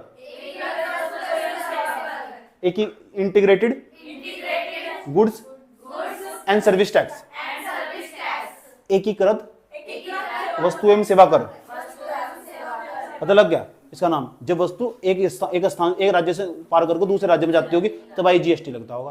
कोई दिक्कत यहाँ तक? मजा आया नहीं आया? कोई प्रॉब्लम यहाँ तक? समझते रहो ध्यान से, इतना महत्वपूर्ण विश्लेषण करने जा रहा हूँ, तुम्हारी अंकें खुल जाने वाली है आज। ठीक, लोग आंकड़ डुगू ना वही छोड़ देते हैं। मैं आंकड़ डुगू, मैंने कहा जब मैं पढ़ा कट जाऊंगा ना, अभी तो तुम्हें बोरी अच्छी लगेगी, जब मैं अपना टॉपिक खत्म करूंगा तुम लगा अब आया मजा, फिर नहीं निकलता दिमाग में से वो। ठीक, खास बात होगी, ऐसा लगा होता है अभी बहुत कंफ्यूजन है, अभी तो बहुत चल रहा है, बस पता नहीं क्या क्या होने, अगर आगे क्या बोलने वाले। ठीक, तो बहुत ध्यान से समझना अच्छे तरीके से। तो IGST हुआ, IGST बिल्कुल CST की तरह ही है। यूपी में बेचने चले गए तुम, पकौड़ा यहाँ भी बनना, पकौड़ा में बना रहे, हमारे यहाँ 25 रुपए का, उनके यहाँ वैट का रेट अलग, उन्होंने 10 रुपये टैक्स लगा रखा है, यूपी वाला 10 रुपये टैक्स लगा रखा। आया समझ में? 20 का बनाया था उन्होंने, कितने का लगाया था, 20 का, 10 का टैक्स लगा दिया, तो कितने पकौड़ा कितने का होगा वहाँ, 30 का, 30, हमारे यहाँ 25 रुपये का। ऐसे हम बात करते हैं यार, ये क्या बदतमीजी, पकौड़ा इतना ही है, दाम भी इतना ही, बेसन भी इतना लग रहा है, तेल भी इतना लग रहा है, ब्रेड भी इतना लग रहा है, ये पकौड़ा फिर भी तिहोन के यहाँ 30 का, हमारे यहाँ 25 का, तो बात गलत है, ये तो बदतमीजी। क्या अभी हम उसकी बात नहीं कर रहे कि CST कितना लगता है, वो आपके किसी काम का भी नहीं है, कितना लगता है कितना नहीं लगता है, समझ में आया बात है। ठीक, अभी CST की बातें चल रही, अभी बात चल रही वैट की, कि वहाँ कितना, समझ, हम इसे डिस्कस कर रहे हैं। अभी हम CST पे आ रहे हैं, थोड़ा टाइम दो, उसके बाद हम बात करेंगे।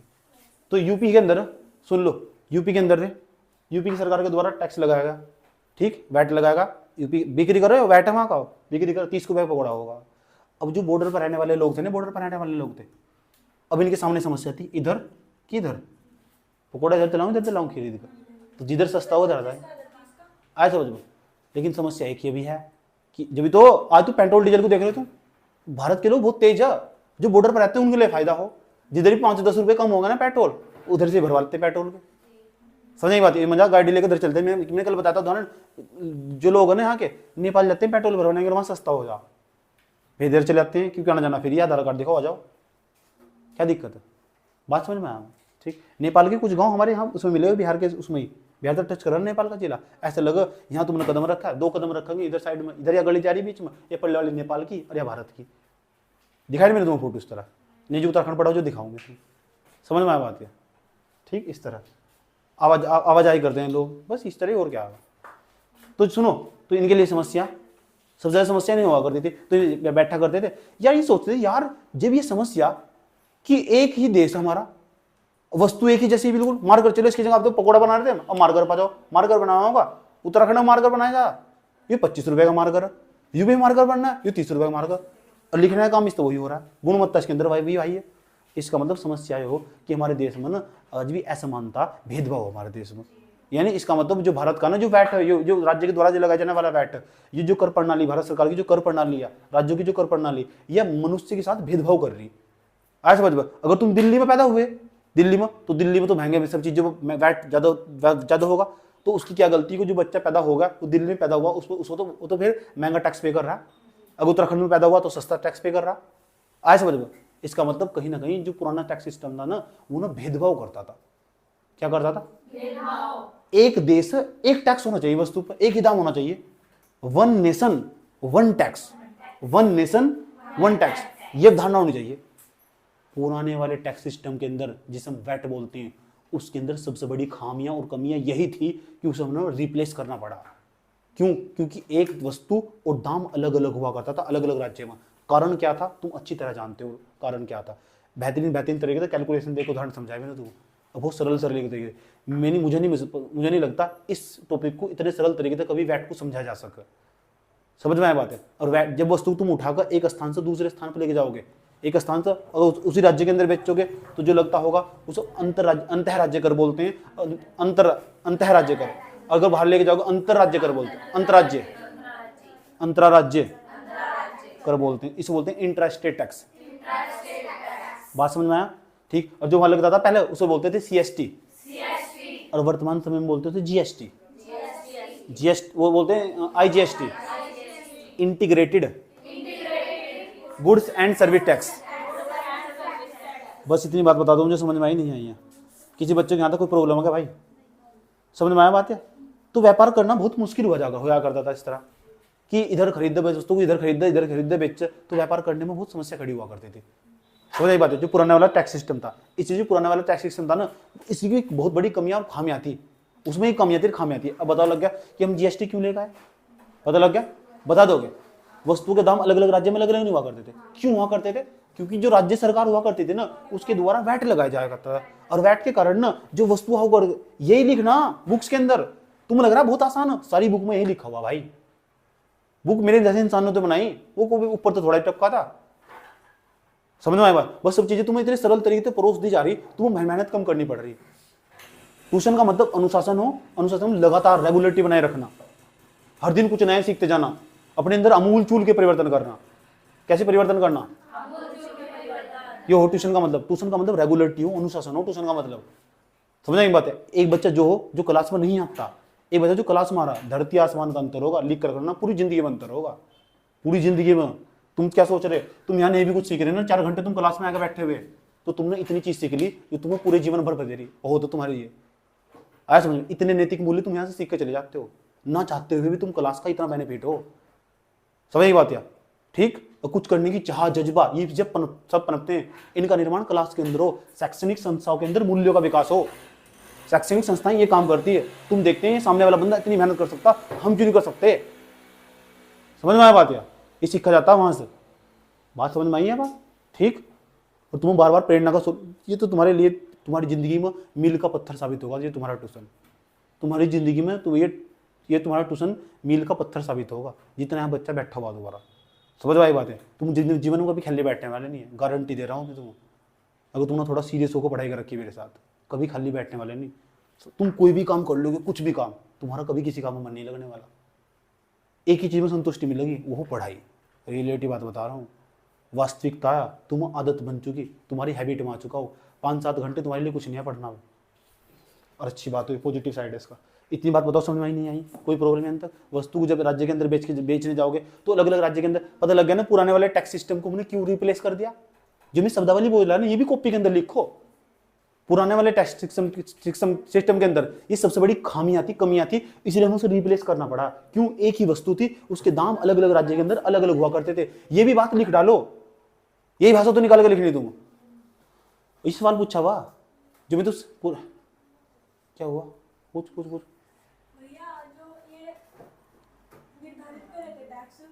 आप नहीं इस बात को ले रहे हो कि अलग-अलग राज्य की आय भी तो अलग-अलग है।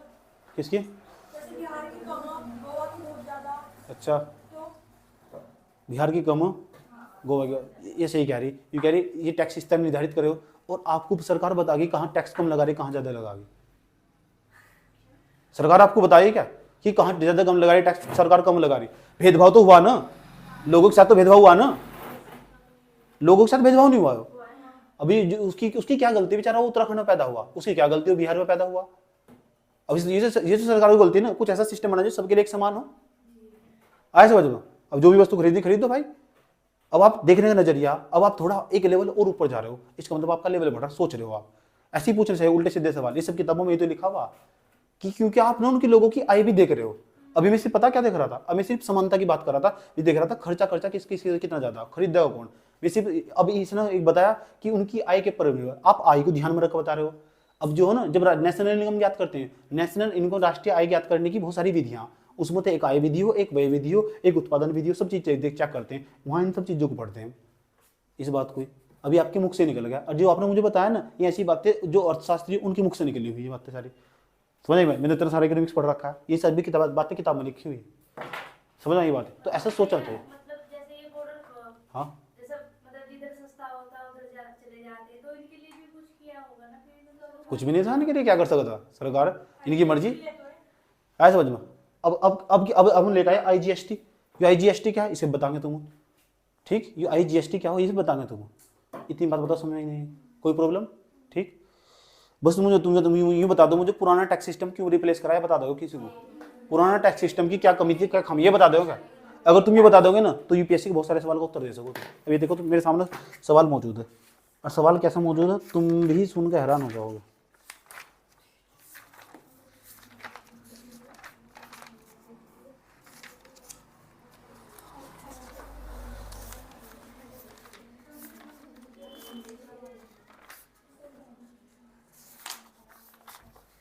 मैं एक बार प्रश्नों की चर्चा करना चाहता हूँ।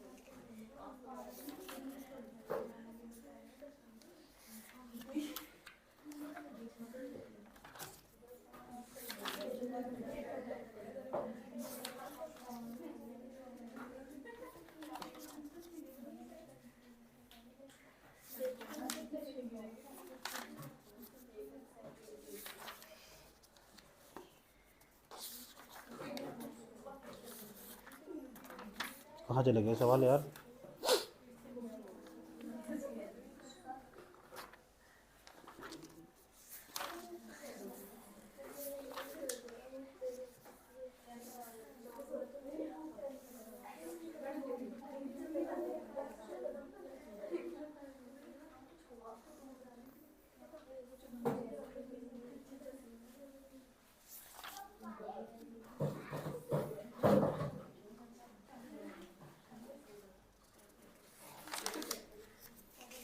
तुम देखना सवाल जाके, मुझे ये नहीं रहे सवाल, मैंने देखे थे सवाल, कहाँ थे यार, कहाँ गए?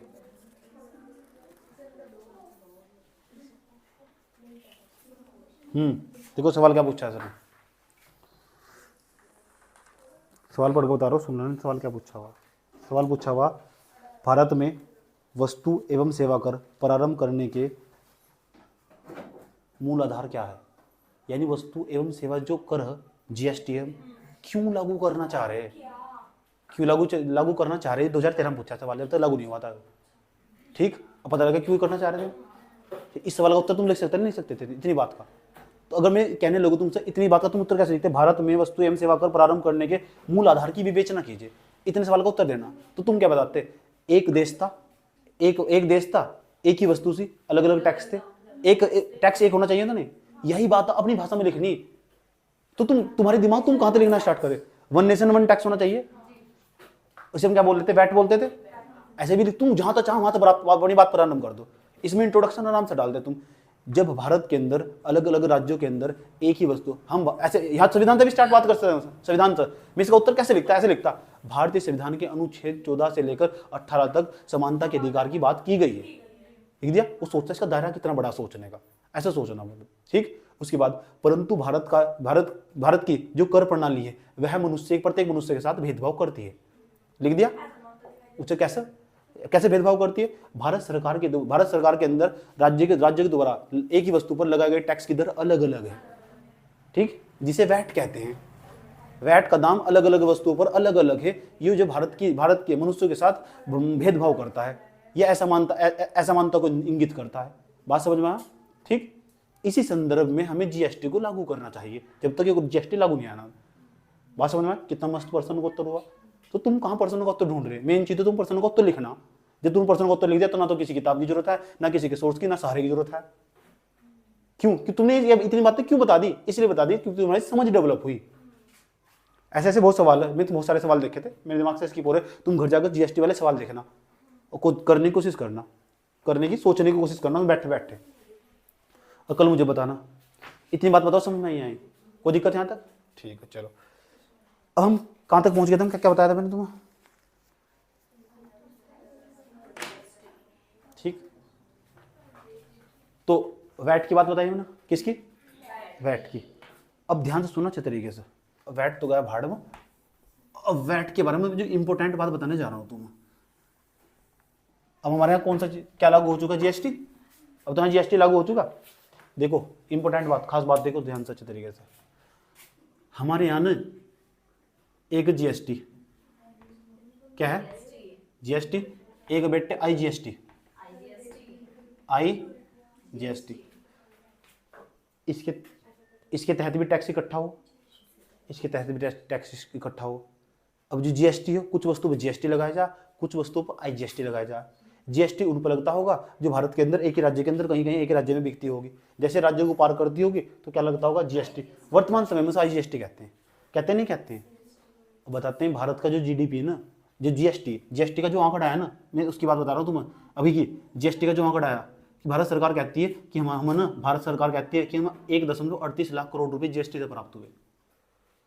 1.38 लाख करोड़ रुपए में जीएसटी से प्राप्त हुए। लेकिन जो भारत टोटल सारा जो टैक्स हमें मिला जीएसटी लागू करने के बाद जो फायदा हुआ, उसमें सबसे ज्यादा फायदा बताया गया कि जो फायदा बताया, हैरान कर देने वाले आंकड़े। और जो आंकड़े हो ना वे कभी रटने की चीज नहीं होते, विश्लेषण का चीज हो।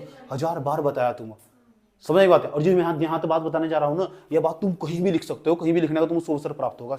अब ध्यान से समझना। ठीक। अब बताओ जो आईजीएसटी क्या कह रहा? आईजीएसटी पता क्या कह रहा? ये कह रहा कि जो वस्तु ने एक राज्य में बन रही दूसरे राज्य में जा रही, एक राज्य में बन रही दूसरे राज्य में जा रही, एक राज्य में बन रही दूसरे राज्य में जा रही। अरे भाई साहब, ये जीएसटी पता क्या कह रहा? वस्तु उसी राज्य में बन रही उसी राज्य में बिक्री होगी, वस्तु उस राज्य में बननी उसी राज्य में बिक्री होगी। बिल्कुल इस तरह वैट की तरह ही। आया समझ में? आईजीएसटी कब लगेगा? जब वस्तु अपने स्टेट को पार करेगी और दूसरे राज्य में चली जाएगी। बात समझ में आई? जब तो लगा अगर मैंने मार्कर यहाँ बनाया, अगर मैं यहीं कहीं बेच रहा हूँ उत्तराखंड में, तो क्या लगेगा? मैं उठाता हूँ, वर्तमान समय की बात बता रहा हूँ, मैं टच करके चलता हूँ मैं पढ़ाई को। हालांकि मैं जीएसटी नहीं पढ़ाया, अभी बता रहा हूँ तुम्हें इंपॉर्टेंट बात। अब मैं उठाया वस्तु को बाहर बेचने चला गया, राज्य को पार करके, क्या लग जाएगा तुरंत? कोई भी बिल देख लेना, तुम्हारे घर में जितनी वस्तुएं होंगी उसका जो बिल आता होगा उस पर देख लेना आईजीएसटी लगा हुआ है। और आईजीएसटी लगा हुआ ना, तुम देख लेना तुम्हारे राज्य में नहीं बनी, पक्की बात है, बाहर से ही राज्य था। और तुम्हारे घर में जितने प्रोडक्ट होंगे ना उन पर लिखा होगा प्रिंट पर आईजीएसटी, और गौर से देखना जाकर वो तुम्हारे राज्य पर लिखा होगा made in Maharashtra, made in Gujarat, ज्यादातर मेड इन गुजरात जैसे लिखा होगा। सुन लेना ध्यान से अच्छे तरीके से। ठीक में लिखा होगा तो इसका मतलब जो आईजीएसटी लग रहा है ना, वो आईजीएसटी जो लग रहा है इसका मतलब या इस राज्य में तो बनी हुई नहीं या दूसरे राज्य से बन गई। अगर हमारे राज्य में बन रही और यही बिक्री हो रही तो पक्का लिखा होगा जीएसटी, अगर नहीं लिखा होगा तो फिर लिखा होगा आईजीएसटी। और अधिकांश तुम्हारे घर में जो वस्तुएं रखी हुई ना उन पर सब पर आईजीएसटी लगा हुआ, आईजीएसटी लिखा हुआ मिलेगा। तुम बिहार में जितनी वस्तुएं बेची जा ना सब पर आईजीएसटी लगा हुआ मिलेगा। हैरान कर देने वाले आंकड़े भाई साहब। जीएसटी के तहत जितना पैसा इकट्ठा हुआ ना, जीएसटी के तहत जितना पैसा इकट्ठा हुआ उसमें न केवल 40% योगदान जीएसटी का, 40% योगदान जीएसटी का। उसके बाद 60% योगदान, पता किसका 60% योगदान? आईजीएसटी का। 40% योगदान है जीएसटी का, 60% योगदान है आईजीएसटी का। इसका मतलब भारत सरकार को इतना सारा पैसा प्राप्त हुआ 1.38 लाख करोड़ रुपए। इस मतलब में ना 60% हिस्सा आईजीएसटी से प्राप्त हुआ, यानी वस्तु को उठाया गया और बेचा गया दूसरे राज्यों में जाकर। इसका मतलब वस्तु वहां उस राज्य में नहीं बननी होगी। इसका मतलब इंपॉर्टेंट बात ये जो 60% आंकड़ा दिखाया गया ना, ये 60% आंकड़ा ये बता रहा कि आज भी भारत के अंदर कुछ ही राज्यों के अंदर उत्पादन हो रहा है केवल। ऐसे भी आंकड़ों का विश्लेषण करा था। अब कुछ ही राज्य ऐसे जहां वस्तु का उत्पादन हो रहा है, जब भी तो वस्तु बनकर दूसरे राज्य में चली गई होगी। ऐसे आंकड़ों का विश्लेषण करा था। जब तुम भारत सरकार का बजट देखोगे तो वहां सबसे पहले गौर से देखना क्या लिखा हुआ, आईजीएसटी। आईजीएसटी का योगदान तुम्हें ज्यादा मिलेगा। अगर जब तक आईजीएसटी का योगदान नहीं घटनेगा ना तब तक भारत के अंदर असमानता नहीं घटी, उस सभी क्षेत्रों का विकास नहीं हुआ। भाई भारत के जीडीपी में ना, भारतीय जीडीपी में जीएसटी तो जितना पैसा सरकार कमा रही उसमें तो 40% योगदान जीएसटी का, 60% योगदान आईजीएसटी का। इसका मतलब कुछ ही राज्य ऐसे जो वस्तु बना रहे, जब बनाते होंगे यहाँ भेजते होंगे, फिर दूसरे राज्य में भेजते होंगे, फिर तीसरे राज्य में भेजते होंगे, आए समझ, फिर आईजीएसटी लगता होगा। और जब आईजीएसटी लगता होगा सारा पैसे इकट्ठा करते होंगे। इसका मतलब ये आईजीएसटी हमें ये बता रहा, भारत सरकार मंथली वाइज आंकड़े जारी करती है, गूगल पर जाकर सर्च कर लेना क्या जीएसटी, जो भारत सरकार का जो जीएसटी कलेक्शन है, जीएसटी कलेक्शन के अंदर आईजीएसटी का योगदान कितना, ये बदलता रहता। बस ये बता रहा कि भारत के अंदर जो उत्पादन हो रहा है ना वस्तुओं का केवल गिने चुने राज्यों में हो रहा। आज समझ, तो भारत के अंदर क्षेत्रीय समानता बहुत ज्यादा, क्षेत्रीय असमानता बहुत ज्यादा व्यापक स्तर पर देख लो, ये बता रहा। और तुम कहीं भी असमानता के बारे में लिख लो, पॉइंट निकाल कर लिख लो। भारत सरकार का वर्तमान समय का आईजीएसटी भारत के अंदर इस बात को प्रदर्शित करता है कि उत्पादन भारत के कुछ ही गिने चुने राज्यों में सिमट कर रह गया है। क्यों नहीं, कहां तक लिखोगे, क्यों नहीं लिखोगे लाइन?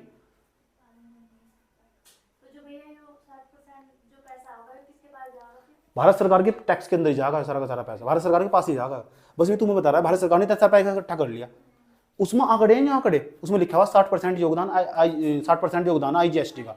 इस तुमने अंदाजा लगाया। इसका मतलब ये सरकार क्यों करती है आंकड़े जारी, ये तो पता करती है आईजीएसटी का यही योगदान है। इसका मतलब उत्पादन अब भी ना कुछ ही गिने चुने क्षेत्रों में।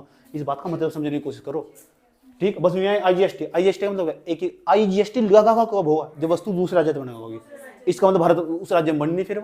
इसलिए मैं चाहता हूँ तुम्हारे घर में जितनी वस्तु रखी हुई ना उनका बिल हटा के यूँ देखना आईजीएसटी लिखा हुआ होगा, फिर साइड में देखना बनी कहाँ होगा। जहाँ बनी पक्का 3-4 राज्यों के नाम बता रहा हूँ कहाँ बनी होगी। नंबर फर्स्ट महाराष्ट्र में बनी होगी, नंबर फर्स्ट गुजरात में बनी होगी, कर्नाटक में बनी होगी। आया समझ, महाराष्ट्र गुजरात कर्नाटक, यूपी का पश्चिमी यूपी नोएडा, आया समझ में। नोएडा के बाद हरियाणा गुड़गांव, इन एरिया में बननी है वस्तु। बिहार में कोई वस्तु नहीं बननी, इसलिए तो उसका विकास नहीं हो पाया। ये आईजीएसटी बता रहा तुम कि कितना भेदभाव हो रहा है। इसलिए मैंने कर लिया तुरंत विश्लेषण। इसे कहते हैं पढ़ना, स्मार्ट स्टडी। यहाँ ये क्या है, पीपीटी है। कौन सा सब्जेक्ट पढ़ाना दुनिया का मुझे,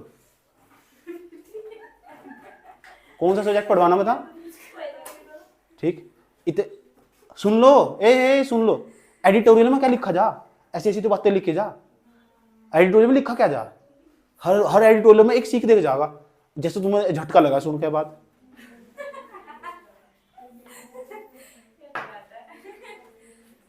अब तुम बताओ यहाँ तो 2 लाइन मिल तक नहीं। अभी तुमसे लाइन सुनने वाला हो रहा है, क्या लाइन? अब बताओ 60% योगदान भारत का जीएसटी कलेक्शन है, जीएसटी का डाटा सर्च करो हर जगह। जीएसटी के डाटा के अंदर आज भी जीएसटी का योगदान केवल 40% और आईजीएसटी का योगदान 60% है। इसका मतलब वस्तुओं का आवागमन हो रहा है एक राज्य से दूसरे राज्य में।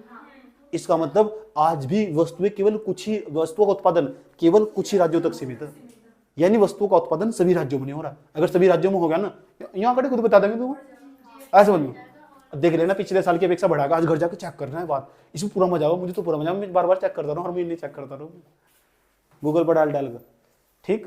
किसी समझ में नहीं आता ये तो चेक करो, और क्या चेक करो, और क्या चेक करो, लव से संबंधित शायरियाँ ये थोड़े चेक करेंगे बैठ कर, ठीक। और क्या चेक करेंगे बैठ कर, बाबू सोना क्या कर रहे हैं, समझ में आई बात, ये थोड़े चेक करेंगे बैठ कर, कोई दिक्कत यहाँ तक? ए इधर देख लो, आज फलाने जी ने खाना खाया, फलाने जी ने खाना नहीं खाया, ये काम के, ये चेक करो जीएसटी का योगदान कितना, चेक करो जीएसटी का योगदान कितना, कुछ नहीं है। मैंने जो लेवल है यूपीएससी का एग्जाम उठा के यहाँ ले आऊंगा, तुम आराम से बैठ कर लिखो, कभी भी लिखोगे पूरी जिंदगी लिखोगे। बेटा आईजीएसटी का मतलब क्लियर कर दिया आज, और जीएसटी का मतलब क्लियर कर दिया। और ये जो आईजीएसटी जीएसटी ने जो कॉमर्स वाले पढ़ते फिर हो जा, कंप्यूटर पर टाइपिंग करके बिल बनाते फिर हो जा, बता नहीं सकते मतलब क्या है इसका, सिर्फ उन्होंने टाइप करना होगा। देख ली किसी से पूछ लेना तुम, तेरे पापा अकाउंटेंट है, उन्हें पता होगा जीएसटी वाला बिल ही बना हुआ, पता करना जाएगा जीएसटी का मतलब क्या है। ठीक, तो फिर तेरे बहस हो जाएगी ना जैसे, तो फिर तो इंटरेस्ट आगा और पढ़ने में। और तुम पता करना, तुम्हारे घर में बिल रखा हो ना तो जाकर जरूर देखना, तुम्हारे यहाँ वो होगा, कोई वस्तु रखी हो ना वस्तु, और तुम्हारे पास बहुत लंबा सा बिल कटकाया हुआ हो, आया किसी के यहाँ रखा हुआ बिल आओ बहुत लंबा सा कट, इलेक्ट्रॉनिक बिल, बिजली का नहीं, बिजली का तो बैठ लगेगा उसको। वस्तु जो तुम्हारे पास बाहर से आई हो पता करना और लेकर आना बिल यहाँ से। ठीक, चुप हो जाओ मैम, आप खड़े हो, बहुत बदतमीजी खिलाई आपने। आईजीएसटी का योगदान 60%, इसका क्या, इसके बारे में आपका क्या कहना, क्या समझा आप इसका?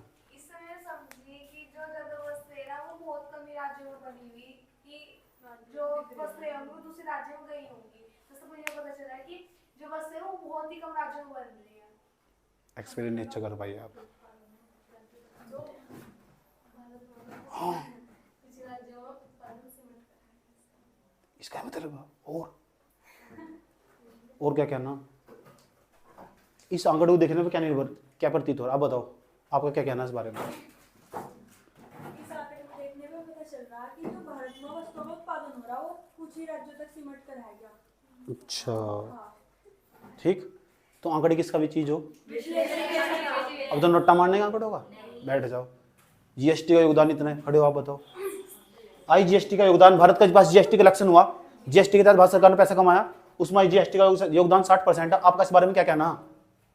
इसका मतलब ये है कि जो भारत का जो कुछ राज्य है ना उनका विकास नहीं हो पा रहा, कुछ राज्यों का विकास इन्होंने, यानी विकास केवल कुछ ही राज्यों तक सीमित है। इसे दूसरी भाषा में ऐसे कह सकते हैं, उत्पादन, वस्तुओं का उत्पादन केवल कुछ ही राज्यों तक सीमित कराया चुका। बैठ जाओ, खड़े हो आप बताओ क्या कहना आपका इसके बारे में। आईजीएसटी का योगदान 60%, इसका क्या मतलब है? आईजीएसटी का मतलब होता है कि कोई वस्तु जो है वो दूसरे राज्य से बनकर आई है। अच्छा, और तो ये इसमें सबसे ज्यादा, इसका सबसे ज्यादा योगदान है ना किसका? जीएसटी के कलेक्शन में, जीएसटी के तहत जितना पैसा है ना, आईजीएसटी का योगदान 60%। आपका इसके बारे में क्या कहना? इसका मतलब ये है कि जो उत्पादन है चीजों का, वस्तुओं का, चीजों का वो कुछ ही राज्यों तक सीमित रह गया है और कुछ राज्यों का जो है उत्पादन बैठ जाओ, उत्पादन कर रहा है। बैठ जाओ। मैडम खड़े हो आप, क्या बताया? यही तो बताया जीएसटी के बारे में, बताया जीएसटी के बारे में कि जो जीएसटी का जो योगदान है वो 40% है, आईजीएसटी का 60%। मतलब अब यहाँ खड़ी रट रही है। अब विश्लेषण अबे। की रहे तो जाग गया, बैठ जाओ उसमें आप, बैठ जाओ। अब हम पढ़ने वाले, सुन लो, अब हम क्या पढ़ने वाले, अब हम पढ़ने वाले राज्य सरकार के द्वारा कौन कौन से टैक्स लगाया जा, राज्य सरकार के द्वारा कौन कौन से टैक्स लगाया जा, ये सारी बातें लिख रही तुम अच्छे तरीके से।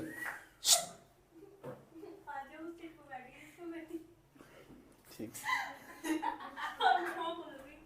दूसरे नंबर पर जाओ। अब हम समझेंगे राज्य सरकार के, तीसरे नंबर का टैक्स जो राज्य सरकार के द्वारा लगाया जाता है, तीसरे नंबर का टैक्स, टैक्स नंबर 3, उसका नाम है बेटे रोड टैक्स। हाँ, रोड टैक्स, तुम्हें सुनकर हैरानी होगी, रोड टैक्स कैसे लगाया जाता है? रोड टैक्स, आपने कोई वाहन खरीदा कभी? कितने बच्चे जी कोई वाहन खरीदा हो, मोटरसाइकिल वगैरह वगैरह वगैरह, स्कूटी खरीदी होगी आपने, घर में कोई वाहन खरीदा होगा ना, अपने घर वालों से पता करिएगा।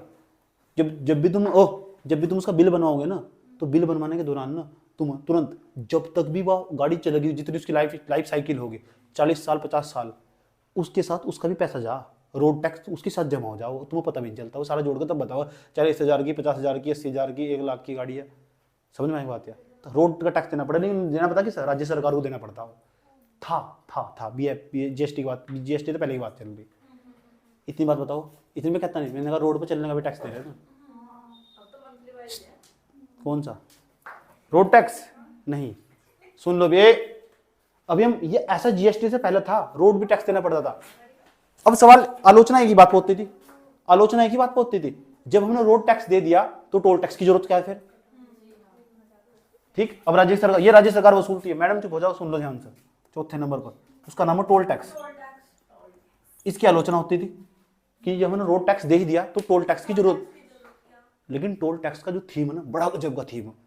अगर तुम सुनोगे ना टोल टैक्स का जो थीम है बड़ा गजब का थीम है टोल टैक्स का। मान लो आप टोल टैक्स नहीं जानते का तुम्हें पता टोल टैक्स क्या हो? अरे यार किधर कितने कितने कितने बच्चों को पता टोल टैक्स क्या हो? टोल टैक्स हाथ खड़ा करो, क्या हो?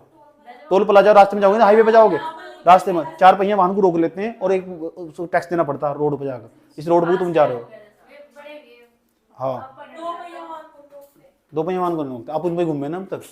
सुनो ध्यान से, किसके साथ गई थी? किसके साथ गई थी? आप गए टोल टैक्स को?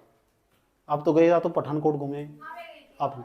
तो टोल टैक्स मैंने देखा ऐसा बोल, हेलो मैडम प्लीज चुप हो जाओ, सुन लो। अब टोल टैक्स का जो थीम है ना, थीम टोल टैक्स के बारे में समझाता हूँ थोड़ा। देखो मान लो कोई रोड बना दिया आपने नहीं, सरकार ने, आपके बस की बात नहीं है ये सब चीजें। सरकार के द्वारा रोड बना दिया गया रोड। और जैसे रोड बना दोगे ना तो यहाँ लगा देगा टोल प्लाजा। यहाँ तो जो भी गाड़ी गुजरेगी ना, यहाँ दो चार मैडम जी बैठे रहे हैं, लड़कियां बैठे रहा जाते रोक कर। बेवकूफ होगा तो कभी घर से बाहर भी निकल जाया कर, ठीक। ये कहते बेटा रोड पे जा रहे हो ना तुम, आ जाओ टैक्स दो, हमने रोड बनाया तुम्हारे लिए। अच्छा 4 लाइन, रास्ते में खड्डा तो नहीं मिला? नहीं मिला, आ जाओ बेटा टैक्स दो, कोई बात नहीं। रोड पे जब चलोगे ना टैक्स दो, चुप हो जाओ, टैक्स ले लिया। मान लो थीम बड़ा गजब है इसका। मान लो 50 रुपए टैक्स ले रहे है, नहीं 50 रुपए टैक्स कहीं भी, तो बहुत कम है टैक्स। 250 रुपए टैक्स ले रहे हो, 250 रुपए टैक्स रोड पे चलने के, 150 रुपए टैक्स। अब 150 रुपए टैक्स ले रहे, कितने रुपए टैक्स ले रहे? एक तरफ से जाओगे, उधर से आओगे अलग टैक्स, एक तरफ का ही, जहां तक रोड हो सकता है कुछ किलोमीटर का एरिया पार करो, फिर उसके बाद चलोगे अगर टैक्स अलग देना पड़ेगा। टोल टैक्स ऐसे देना पड़ता, मुझे तो कई बार देना पड़ा, पे करना पड़ा। अब तो मैंने अपनी गाड़ी में फास्ट टैग लगा हुआ, आज समझ उसमें क्या हो, समय की बचत हो जा, अकाउंट बैलेंस से कट जाएंगे पैसे। और अब मुझे सुनने में आया जो परिवहन मंत्री थे ना हमारे, नितिन गडकरी तो परिवहन मंत्री, और कौन है तो उनका पता क्या कहना था? उन्होंने एक बार बयान दिया था शायद, हाँ पिछली बार जब उन्होंने 2019 में बयान दिया था, 2019 में उन्होंने पता क्या कहा था? ये कहा था कि हम ना अब ऐसी व्यवस्था करें टोल टैक्स की जरूरत ही नहीं है। उन्होंने कहा क्यों? कि ऊपर तो सैटेलाइट थे ना तुम्हारी गाड़ी पे, जो स्कैनर लगाओ सही सैटेलाइट ऊपर ही, पृथ्वी के बाहर सैटेलाइट घूम रही है तुम्हारी, इसका स्कैन कर लेगी, स्कैन करने के बाद तुम्हारे खाते तो खुद घट जाएंगे, तुम रोड पे चल रहे होगे तो। समझे तुम? मतलब कहाँ तक सोच रखे थे उन्होंने, सैटेलाइट तो स्कैन कर लेगी ऊपर से। मैंने तो ये तो किसी खाते में काट ला सारे, बैंक के अंदर थे, काट लगे सारे पैसे। समझे? ये बढ़िया सिस्टम था। अब वो किस तरह करेंगे इस बात को मैं तुम्हें समझाने के लिए मुझे साइंस एंड टेक्नोलॉजी पढ़ाना होगा। अब मैंने ग्रुप में एक वीडियो भेजा था, या तो तुम ग्रुप में वीडियो भेजा था मैंने आज, कि एक लड़के ने ना वो लड़की की तरह बिहेव करता था, फिर अपना स्ट्रक्चर चेंज करके उन्हें सर्जरी करवा के वो लड़के में परिवर्तित होगा, लड़की लड़के में परिवर्तित हो सके, लड़का लड़की परिवर्तित हो सके। साइंस इतना आगे पहुंच चुका है, सुनने में थोड़ा अटपट लगा। हाँ उसने जीन्स डाल दिए ना, डीएनए में उसको परिवर्तन कर दिया उसने। ये मैं यहाँ सब पढ़ाता हूँ क्लास में। हंसने की बात नहीं, समझ लो दुनिया कितने आगे पहुंच चुकी है। ये पिंकी की दुनिया से बाहर भी निकल जा, ये 4 दाढ़ी मेगा पर साथ ही घूम रही है। हाँ देख ले सर, 150 जो टोल टैक्स है ना उसका थीम बड़ा गजब है, देख लो। इसकी गुणा कर दो तुम, मान लो प्रतिदिन 1 लाख वाहन गुजर रहे हैं यहाँ, 1 लाख वाहन गुजर रहे हैं यहाँ से, कितनी गाड़ियां गुजरती होगी उस रोड से? 1 लाख के आसपास एक दिन में गाड़ियां गुजर जाती होगी, आराम से बता रहा हूँ, शांति से आती जाती कोई गाड़ी पल पर सेकंड में लंबी लंबी लाइन लगी रहती है। 1 लाख गाड़ियां गुजर रही, और चाहे 4 लाइन हो उसकी, 4-5 लाइन बना कर रखते हैं ताकि जाने में सुविधा हो। कि इकाई, धाई, सैकड़ा, हजार, 10,000, लाख बैठे हो गए लाख। इकाई, धाई, सैकड़ा, हजार, 10,000, लाख। एक गुना करो, कितने बैठा बताओ, कितनी जीरो आ जाएगी? 5 जीरो ये रही, 1 2 3 4, 3 और 3 6। इकाई, धाई, सैकड़ा, हजार, 10,000, लाख, 10 लाख, करोड़, 1 करोड़ 50 लाख। यानी वही टैक्स ना 1 करोड़ 50 लाख कमा रहा है एक दिन में, एक दिन की कमाई है उस रोड की। और जब तक उसने रोड में लगाए थे ना पैसे, रोड में लगाए थे, वो तुमसे ही पूरा करेगा, वो तुमसे पूरा करेगा। और जब तक पूरा करेगा, पता कब तक पूरा करेगा वो पैसे? पता कब तक पूरा करेगा? जब तक उसमें इंफ्रास्ट्रक्चर में जितने पैसे लगाते थे तो पूरे नहीं हो जाते हैं। या खास बात होगी उसकी? समझ में आया बात है। लेकिन समस्या पता कहाँ, जो टोल माफिया हो ना, इनका बड़ा खतरनाक तरीके से स्कैम चल रहा। अब देखो एक दिन में 1,50,00,000, 2 दिन में कितने होंगे, 3 दिन में कितने होंगे, 4 दिन में कितने होंगे, 1 महीने में कितने होंगे, और रोड में देखो कितना पैसा लगा होगा। इसलिए कहते हैं सुप्रीम कोर्ट के ऑर्डर के बाद ना ये कब तक पैसा वसूल लगे, इनकी कोई सीमाएं निर्धारित कर रखी है। ये पैसा वसूलते जाते हैं, इनका पैसा भी पूरा हो चुका, लेकिन पैसा वसूलते जाते हैं पैसा। इसलिए टोल माफिया कहते हैं, और लोगों को पता नहीं चलता। इन तो पैसा तो इनका, जिन्होंने जो रोड बनाई थी ना, इनका पैसा पूरा हो चुका, इन्हें लाभ प्रॉफिट भी हो चुका अब तक। समझ में आया बात या? लेकिन फिर भी टोल जो टैक्स है ना, टोल टैक्स उसे अब भी स्थापित करके रखते हैं। लेकिन बाद में एक आया टोल माफिया। इस चक्कर से टोल माफिया क्या हो, एक तो वहां के IAS अधिकारी जिस एरिया में टोल टैक्स आ रहा, ठीक, और वहां के विधायक, तीन तो ध्यान लगा, ठीक, और जो टोल टैक्स इकट्ठा करने वाले, ये तीनों लोग आपस में मिले रहते हैं। इन्हें बोलते हैं टोल माफिया। देखिए तो कौन याद कर रहा होगा, कैटेगरी लिस्ट निकाल, आया समझ में?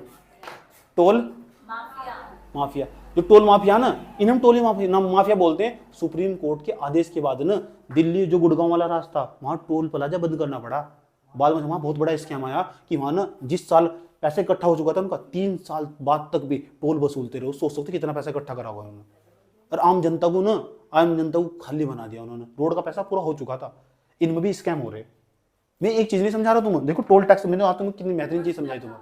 समझे कितना भ्रष्ट है भारत का, किसकी वजह से? तुम्हारे जैसे IAS अधिकारियों की। जहां IAS अधिकारियों की पोस्टिंग होगी ना, वो क्षेत्र बर्बाद होगा। समझ में आया बात? ये सरकारी शब्द है ना, सरकारी शब्द ये बहुत लगा हो लोगों को। समझ में आया बात है? इतनी बात बताओ, समझ में आई नहीं आई? तो देख यहाँ तक राज्य के द्वारा लगाया गया टोल टैक्स, समझ में आया? अब मैं एक और टैक्स समझाने जा रहा हूँ। राज्य के द्वारा लगाए जाते थे, ये अब नहीं है, थे नहीं है, थे। जो 4 हो गए, 5वें नंबर पर, 5वां बहुत इंपॉर्टेंट है। उसका नाम देखो, उसका नाम है चुंगी कर। चुंगी कर, चुंबी नहीं है, चुंगी कर। क्या बोलते हैं इसे? चुंगी कर। इसे बोलते हैं एंटी टैक्स, एंट्री। इसका मतलब समझो क्या हो। मान लो ये दिल्ली का एरिया, तुम बता दिल्ली के अंदर ना जो ट्रक है, उसे जाने की अनुमति नहीं है दिन में, भीड़ बहुत रहेगा। इसे जितने में ट्रक ना, वे रात को चला सिर्फ, यहाँ भी जाने की अनुमति नहीं है, भीड़ कर देते हैं। और जब दिल्ली का एरिया पार करके जाते हैं, अभी ना बता इस एरिया पर जाना, इस एरिया पर जाना, इस स्थान पर जाना, यहाँ पड़ रहा आपका MP में जाना इधर, और यहाँ दिल्ली का गुड़गांव, उसका हरियाणा के अंदर था, हरियाणा के अंदर जो गुड़गांव है ना, वहाँ से एक ट्रक जाना है, और यहाँ जाना, और यहाँ तो जाएगा, यहाँ रात को निकलेगा। एक दिन के अंदर 10,000 ट्रक जाते हैं, उन्हें आने की अनुमति नहीं है। इसलिए शाम के टाइम 5 बजे निकलना पर, शाम के टाइम 11 बजे के बाद निकलते हैं, 11 से, और सुबह के 5 बजे तक चलते हैं, फिर बंद कर देते हैं ताकि रोड जाम ना हो जाए। पूरी दिल्ली का विनाश करके फेंक देते हैं। इसे पता क्या हो, लोग रात को सो जाते हैं, रात को सो जाने के बाद ना, तो ये पता क्या करते हैं, साइड पर ये रास्ता हरियाणा से सीधा MP जा रहा, तो ये रास्ता ना लॉन्ग पड़ता, जो लॉन्ग पड़ जाता है ना, तो ये ट्रक वाले बहुत खतरनाक हो, ये जाते शॉर्टकट रास्ते थे। इस तरह एक रूट ये भी जा रहा है, इसे बाईपास बोलते हैं, इसे बोलते हैं बाईपास। पैसा बच जाने का, डीजल भी कम लगता होगा ना आराम से। और जैसे ये दिल्ली इतना एरिया, ये दिल्ली रात का टाइम आराम से इनके अधिकारी यहीं खड़े रहेंगे। बेटा कहाँ से आए हो? हरियाणा से आए। आ जाओ बेटा टैक्स दो। उसे बोलो रोक कर ना, जो पर्ची से ले रास्ते में पैसे लेके जेब में लो, उसे बोलो चुंगी कर, चुम्बी नहीं चुंगी कर। बात समझ में आया? कोई दिक्कत यहाँ तक? ये ना राज्य सरकार के द्वारा ले जा, राज्य सरकार ना यही बात सोचेगी 2 रुपए कहाँ तो और आ जा, जैसे केंद्र सरकार सोचती थी इतना सारा पैसा। और केंद्र सरकार देश का गार्जियन है, उसके इसलिए ज्यादा टैक्स उसके पास रखे गए। केंद्र सरकार देश का गार्जियन है, ज्यादा टैक्स उसके पास रखे गए। तुम्हारे माता पिता के पास संपत्ति होनी चाहिए, वही तुम्हें गाइड करते हैं। समझ में आया बात है? इतनी बात बताओ, समझ में ही नहीं है? पता लगा ये चुंगी कर कौन सा हो बेटे? समझ में आया बात है? ठीक। लेकिन समस्या पता कहाँ से, समस्या पता लग गया? इसे तुम देखते होंगे कभी कभी रात को बहुत भर भर कर ट्रक जा रहे हैं। एक बार मैं दिल्ली में रुका हुआ था ना, जिस गली में मैं रुका हुआ था, और मैं देखा उस गली में ना जबरदस्त मात्रा में एक साथ 400-500 ट्रक गुजरे, 400-500 ट्रक। तो तुमने समझ में नहीं आया? जिस होटल में मैं रुका हुआ था, तो मैं पढ़ रहा तो मुझे समझ में आया इतने सारे ट्रक कैसे गुजरते हैं। जब मुझे पढ़ के पता लगा, मुझे समझ में आई बात है। देखा कि ये तो पक्का ये चुंगी कर देखा है होंगे। कौन सा कर? ये बात बताओ, समझ में आया? चुंगी कर तक समझ में आया?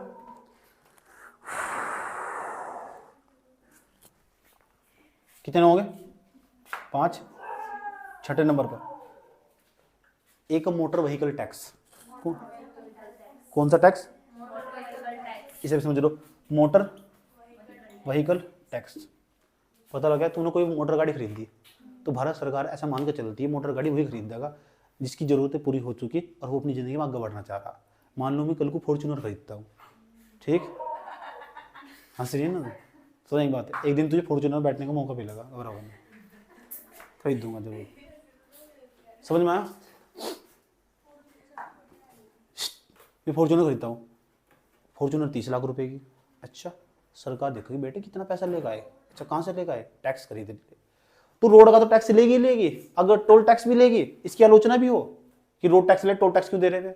फिर मोटर व्हीकल टैक्स भी कहते हैं तुम बहुत अमीर आदमी बेटे, आया समझ में, जीएस टैक्स है ना, अच्छा बेटे टैक्स दे दो बेटा, और टैक्स तो देगा। मोटर व्हीकल टैक्स ज़्यादा नहीं होता, बहुत कम ही हो, लेकिन लेगी जरूर टैक्स। उसे मोटर गाड़ी कुछ भी खरीदोगे ना, सरकार को टैक्स देना ही पड़ेगा। और देख लो कौन सी सरकार लेगी? राज्य की सरकार लेगी, नहीं लेती थी। अब बताऊंगा भैया, वो 1 जुलाई 2017 को जो हुआ ना, आज मैं घंटा बजा के जीएसटी लागू कर दिया, वहाँ सब कुछ खत्म हो चुका है। सीधे सेपरेटेड होकर बैठ जाओ, एक दूसरे का हाथ पैर मारना बंद करो। बचपन में मार के छोड़ दी कक्षा 5 में। Motor vehicle act, motor vehicle tax tax tax tax. बात समझ में आया? कोई प्रॉब्लम यहाँ तक? अच्छा, एक बात बताओ मुझे कि अगर मेरे भारत सरकार ने मेरे पर जुर्माना लगा दिया तो जुर्माना पता कहाँ जाएगा? वो नॉन टैक्स में जाएगा, नॉन टैक्स में। ऐसा मोटर व्हीकल टैक्स बन जाने का। इतनी बात बताओ, समझ में आई नहीं आई? कोई प्रॉब्लम यहाँ तक? यहाँ तक तो ठीक है। अच्छा, मोटर व्हीकल कुछ भी तुम वाहन खरीदोगे ना, साइकिल खरीदने पर नहीं आए, आज समझ, सरकार उन पर नजर रखती है जो बड़ी संपत्ति वाले लोग, आए समझ। जैसे काजल हो गए, स्कूटी खरीद के ले गए आराम से, इन्हें वहीं पकड़ लिया, पता भी नहीं चला क्या हुआ इसके साथ। समझ एक बात, उन्होंने कह रहा अभी इसने कहा 40,000 दे, फिर कह रहा चल 1800 रुपये और देने पड़ेंगे इसमें, फिर कहा उसमें 500 रुपये और देने पड़ेंगे, इसमें 400 रुपये और देने पड़ेंगे। इसने पता क्या हो रहा, बस दे रही चुपचाप निकाल मैंने कौन सा टैक्स दे रही। अब देख रहे हैं ना, वहाँ लिखा होगा उसमें जो बिल आगा ना, उसके अंदर मोटर व्हीकल टैक्स अलग लिखा होगा, रोड टैक्स अलग लिखा हुआ होगा। समझ में आया बात? अब तो ये सारे टैक्स खत्म कर दिए गए, अब तो इनके नाम पर जीएसटी आया। इन सारे टैक्स को खत्म करके जीएसटी आया। ये सारे टैक्स छिलकर केंद्र सरकार ने पता क्या कहा, 1 जुलाई 2017 के बाद बेटा बहुत सारे टैक्स लेते थे, आ जाओ तुम्हारे सारे टैक्स खत्म, बधाई हो तुम। भारत सरकार ने संविधान में अधिकार दिया, हम संविधान में संशोधन कर सकते हैं और तुम्हारे सारे टैक्स छीन सकते हैं और हम अपने पास रख लेते हैं। इतनी बात बताओ, समझ में आई? कोई दिक्कत? उसके बाद पता एक और टैक्स, उस टैक्स का मैं जिक्र करने जा रहा हूँ। उस टैक्स का नाम देख लो क्या है। कितने टैक्स हो गए? 6। 7वें टैक्स का नाम है इंटरटेनमेंट टैक्स।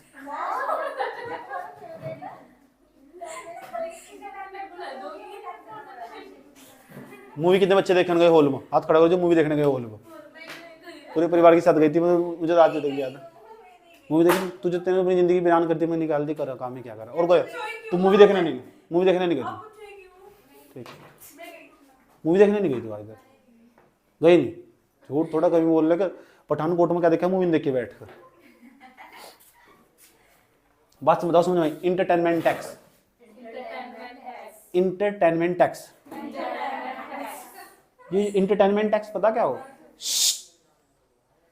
जो बाहर के इंडस्ट्री के लोग, बॉलीवुड वाले, उत्तराखंड में अपनी मूवी बेचने आएंगे कि उत्तराखंड के हॉल में, सिनेमा हॉल में ना हमारी मूवी लगा दो, लगा देंगे, बेचने आ रहे नहीं। अच्छा, मूवी कितने की? मूवी पैसे भी कमागी, तो राज्य सरकार को टैक्स दे देना पड़ेगा। बेटे मूवी देखना बाद में, अपनी मूवी यहाँ स्क्रीन पर पर्दे पर दिखाना लोगों को बाद में, पहले मुझे टैक्स दो। इसे बोलते हैं इंटरटेनमेंट टैक्स। है समझ में? हाँ हाँ, म्यूजिशियन वाले भी यही टैक्स देगा, पक्की बात, अगर उसकी इनकम ज़्यादा होगी। लेकिन ये इतना हार्ड नहीं होता है, ये बहुत ना के बराबर टैक्स हो। इसे तुमने सोचा होगा, तुमने सुना होगा राज्य सरकार ने मूवी टैक्स फ्री कर दी, कोई भी देख सकता है। टैक्स फ्री करने का मतलब पता क्या होगा? टैक्स फ्री करने का मतलब उसको कोई टैक्स नहीं है। टैक्स फ्री करने का मतलब फ्री कर दी राज्य सरकार ने, टैक्स उसका पैसा सरकार भरेगी। ठीक, टैक्स फ्री कर दी। टैक्स फ्री का मतलब यहाँ कोई टैक्स नहीं है। हाँ, अंतरा कुछ भी हो, कर्नाटक सरकार ने फ्री कर दी, टैक्स फ्री कर देगा ये मतलब हो, उस पर टैक्स नहीं लेने वहाँ कर्नाटक की सरकार। बेचो जाओ, इंटरटेनमेंट टैक्स बोल लो। पता लगा इंटरटेनमेंट टैक्स क्या हो? ठीक। उसके बाद 8वें नंबर पे विद्युत कर। विद्युत कर, ये चुप जाओ, इसे बोलते हैं इलेक्ट्रिसिटी टैक्स। इलेक्ट्रिसिटी टैक्स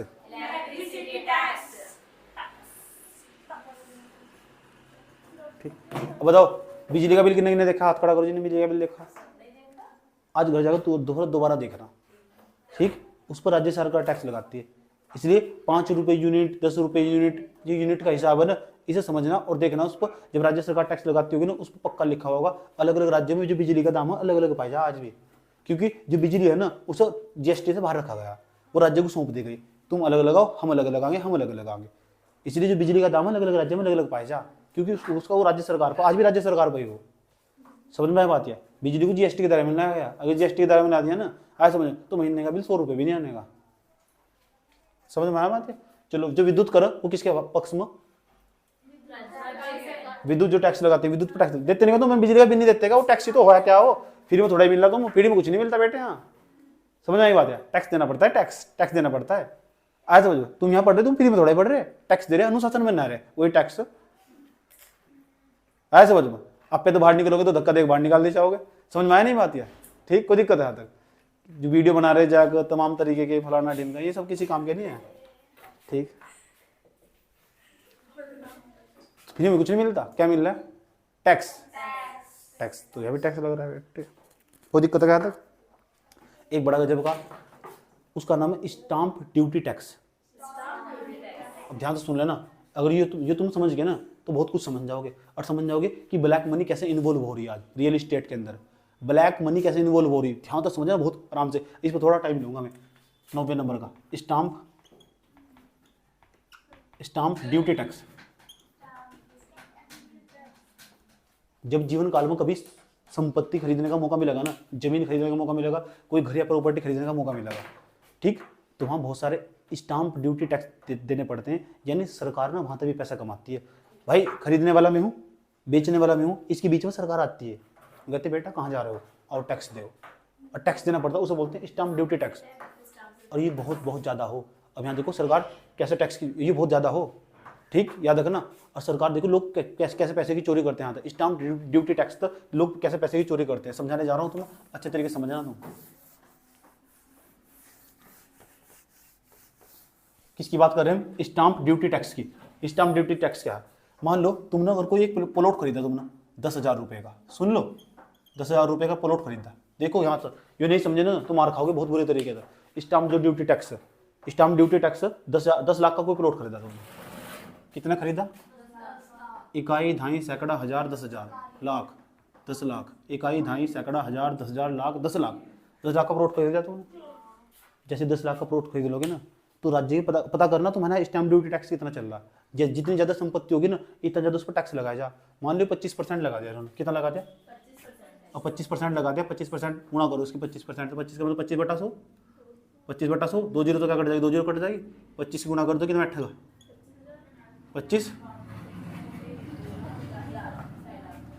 25 कम 25, 2,50,000 ये बैठेगा, 2,50,000 बैठेगा, नहीं बैठेगा। इसका मतलब 2.5 लाख तो मैंने 10 लाख की तो मैंने संपत्ति खरीद दी, तो जो खरीदेगा वो टैक्स देगा, जो बेचेगा वो टैक्स नहीं देने का, जो खरीदेगा वो देगा टैक्स देगा। ऐसा समझ लो, जो बेचेगा वो बहुत कम टैक्स देगा, पहले दे चुका हो टैक्स, तो जो खरीदेगा ना वो टैक्स देगा। यानी 10 लाख रुपए तो प्लॉट ले लिया, उसके साथ साथ ये समझ लो 2.5 लाख रुपए और देने पड़ेंगे। यस, है नहीं ज्यादा, ठीक। लेकिन फिर पता क्या करते हैं लोग, अब देखो लोग क्या करते हैं, कितने कमाल की, वे अपनी पर्सनली बात बता रहा हूँ तुम्हें, ये बनाते हैं डॉक्यूमेंट, और डॉक्यूमेंट में पता क्या करते हैं, वैसे तो तुम 10 लाख का खरीद दोगे तुम, वैसे तुम्हारा 10 लाख की संपत्ति रहेगी। अब देखो लोग कितने चालाक लोग हो, ध्यान तो सुना चाहिए तरीके से। ये एक डॉक्यूमेंट मेरे पास रखा हुआ डॉक्यूमेंट, ठीक, सुनो ध्यान लगाकर, यहाँ देखो, यहाँ इसे ये मेरा सुन लो, ये ए नाम का व्यक्ति, ऐसा नाम का व्यक्ति, ऐसा नाम का व्यक्ति, ठीक, ये एन नाम के व्यक्ति को प्लॉट बेचना चाह रहा है, ठीक। हमने कहा कि 10 लाख रुपए के देंगे, अब हम बताया 10 लाख का देंगे, अगर भारत सरकार के नियम कानून के हिसाब से चलेंगे तो 2-2.5 लाख का तो टैक्स बैठ जाएगा, तो सोनू जी के तो जो चले जाएंगे, सोनू जी तो चले जाएंगे। ऐसा नाम का व्यक्ति एन को बेच रहा है, ऐसा जो खरीद रहा है ना एन नाम का व्यक्ति, एन नाम का व्यक्ति है, इस प्लॉट को खरीदने जा रहा है, तो 2.5 लाख रुपये, उसे 12.5 लाख रुपये चाहिए होंगे, 12.5 लाख रुपये चाहिए होंगे, उसके पास 10 लाख का बजट, तो क्या करेंगे, है तो कागज में उलासा रखा, तो कागज में दिखा 10.5 लाख रुपए की प्रॉपर्टी हुआ, आज समझ टैक्स तो बचने के लिए यहाँ पता दिखने दिखाएंगे प्रॉपर्टी 3 लाख की, 4 लाख की, इतना हमारे दोनों के बीच की तो बात है, वैसे हमारी संपत्ति का दाम चले रहा। इस तरह करके जो ब्लैक वकील भी सब ये वकील का काम ही यही हो। ठीक, यहाँ ऐसे दिखाएंगे 3,50,000 की प्रॉपर्टी दिखाएंगे और 3,50,000 की दिखाएंगे, इकाई बैठा है 3,50,000 की। अब उसके बाद क्या करेंगे, इस पर लगाएंगे 25% टैक्स, वो बैठेगा 20-25,000 रुपये, वो आराम से वकील के उसमें भारत सरकार के खाते में चले जाएंगे। ऐसे टैक्स की चोरी कर रहे हैं तो लोग आए समझ। फिर अगली बार ये एन नाम का व्यक्ति एम नाम के व्यक्ति को बेचेगा, एम नाम के व्यक्ति को, तो इस संपत्ति को थोड़ा और बढ़ा के बेचेगा, 4 लाख की करके बेच देगा। और लेकिन लोगों को प्रॉपर्टी लगी उस कागज जब दिखा जाएगी 4 लाख की, वहां लेकिन मान लो प्रॉपर्टी के दाम 10 लाख की, तो 10 लाख में 1 लाख और बढ़ा 11 लाख की प्रॉपर्टी बेचेगा। ऊपर कुछ और चल रहा, कागज कुछ और चल रहा। किस तो बचने के लिए, टैक्स तो बचे। अब बताओ, इस तरह करके ये टैक्स की बहुत बुरी तरीके से चोरी होती है। यहाँ स्टाम्प ड्यूटी जो टैक्स है इसे बोलते हैं स्टाम्प ड्यूटी टैक्स। आए समझ में, इतनी बात बताओ समझ।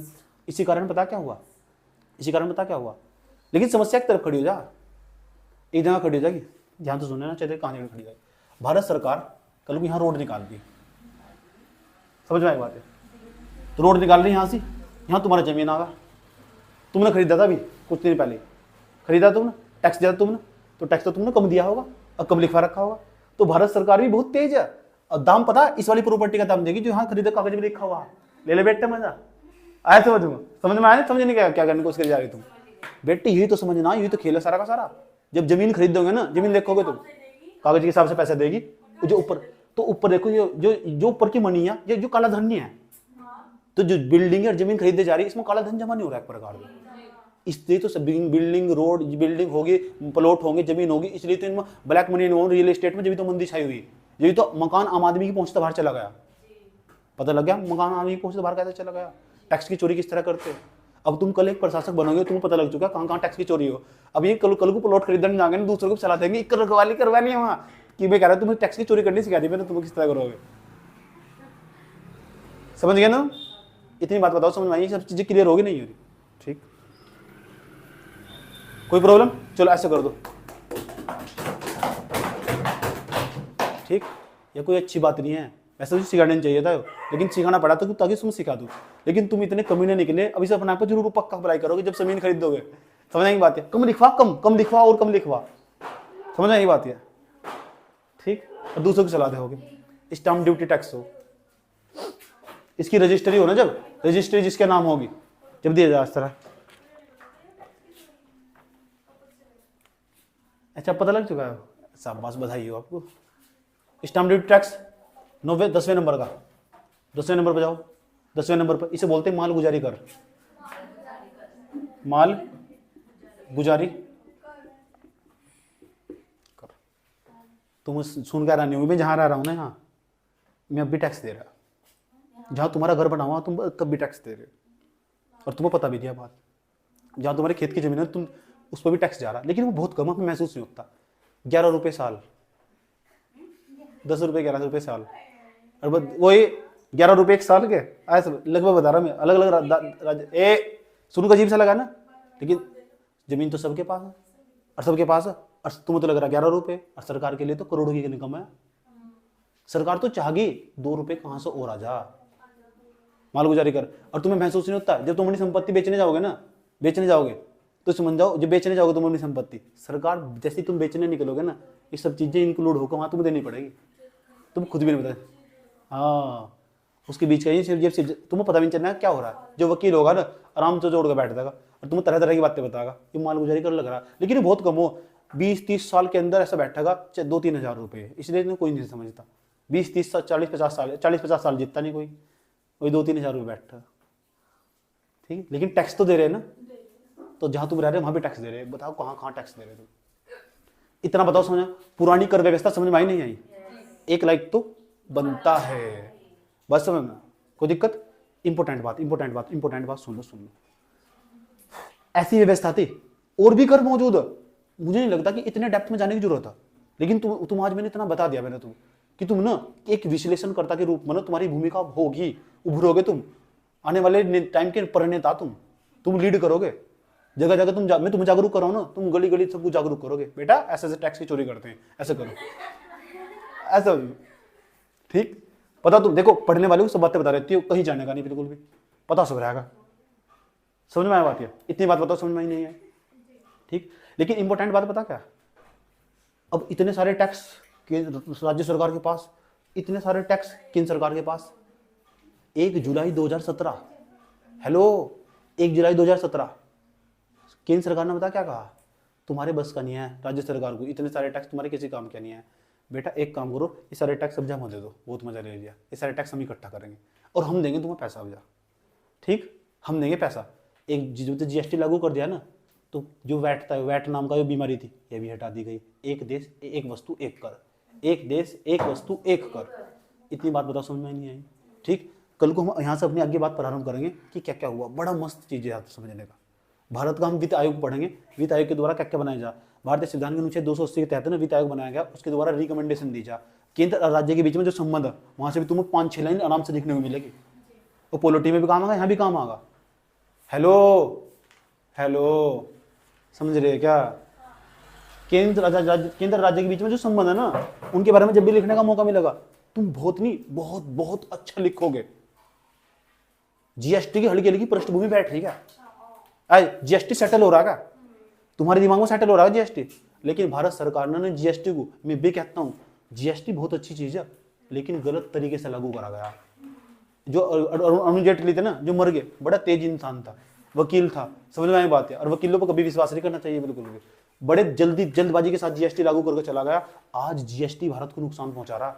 भारत सरकार जीएसटी की तारीफ करती चली जा रही, कैसे नुकसान पहुंचा रहा, इसी बात को समझना। जिस दिन समझ गए ना इस बात को, प्रशासक बनेंगे। और जितना मैंने पढ़ाया ना अभी तक तुम्हें, मैं गारंटी दे रहा हूँ, लिख एक एक चीज क्लियर हुई होगी। समझ आई बात? मेरे वीडियो को देखने के बाद ना किताब की जरूरत नहीं है बच्चा, समझ में बात है, इसलिए कह रहा हूँ मैं, आराम एक एक चीज को सर्च करना, तुम एक एक चीज को आज सर्च करना, कहाँ कहाँ कितना टैक्स है, और साथ साथ चलना। और पिछले साल का क्या कहा, बिना क्वेश्चन बैंक के किसी भी पेपर की तैयारी नहीं करनी चाहिए, किसी भी पेपर की क्वेश्चन बैंक के बिना किसी भी चीज, जो भी क्वेश्चन देखता हूँ ना सीधा ग्रुप में सेंड कर दो, बिना क्वेश्चन बैंक के। इस यूपीएससी में पता कैसे चलना, जैसे आंख बंद करके चल रहे हो, आंख बंद करने वाला व्यक्ति कहीं भी गिर सकता, कहीं भी लड़खड़ा सकता होगा। Without question bank you are not prepare UPSC exam. Hello, कोई प्रॉब्लम?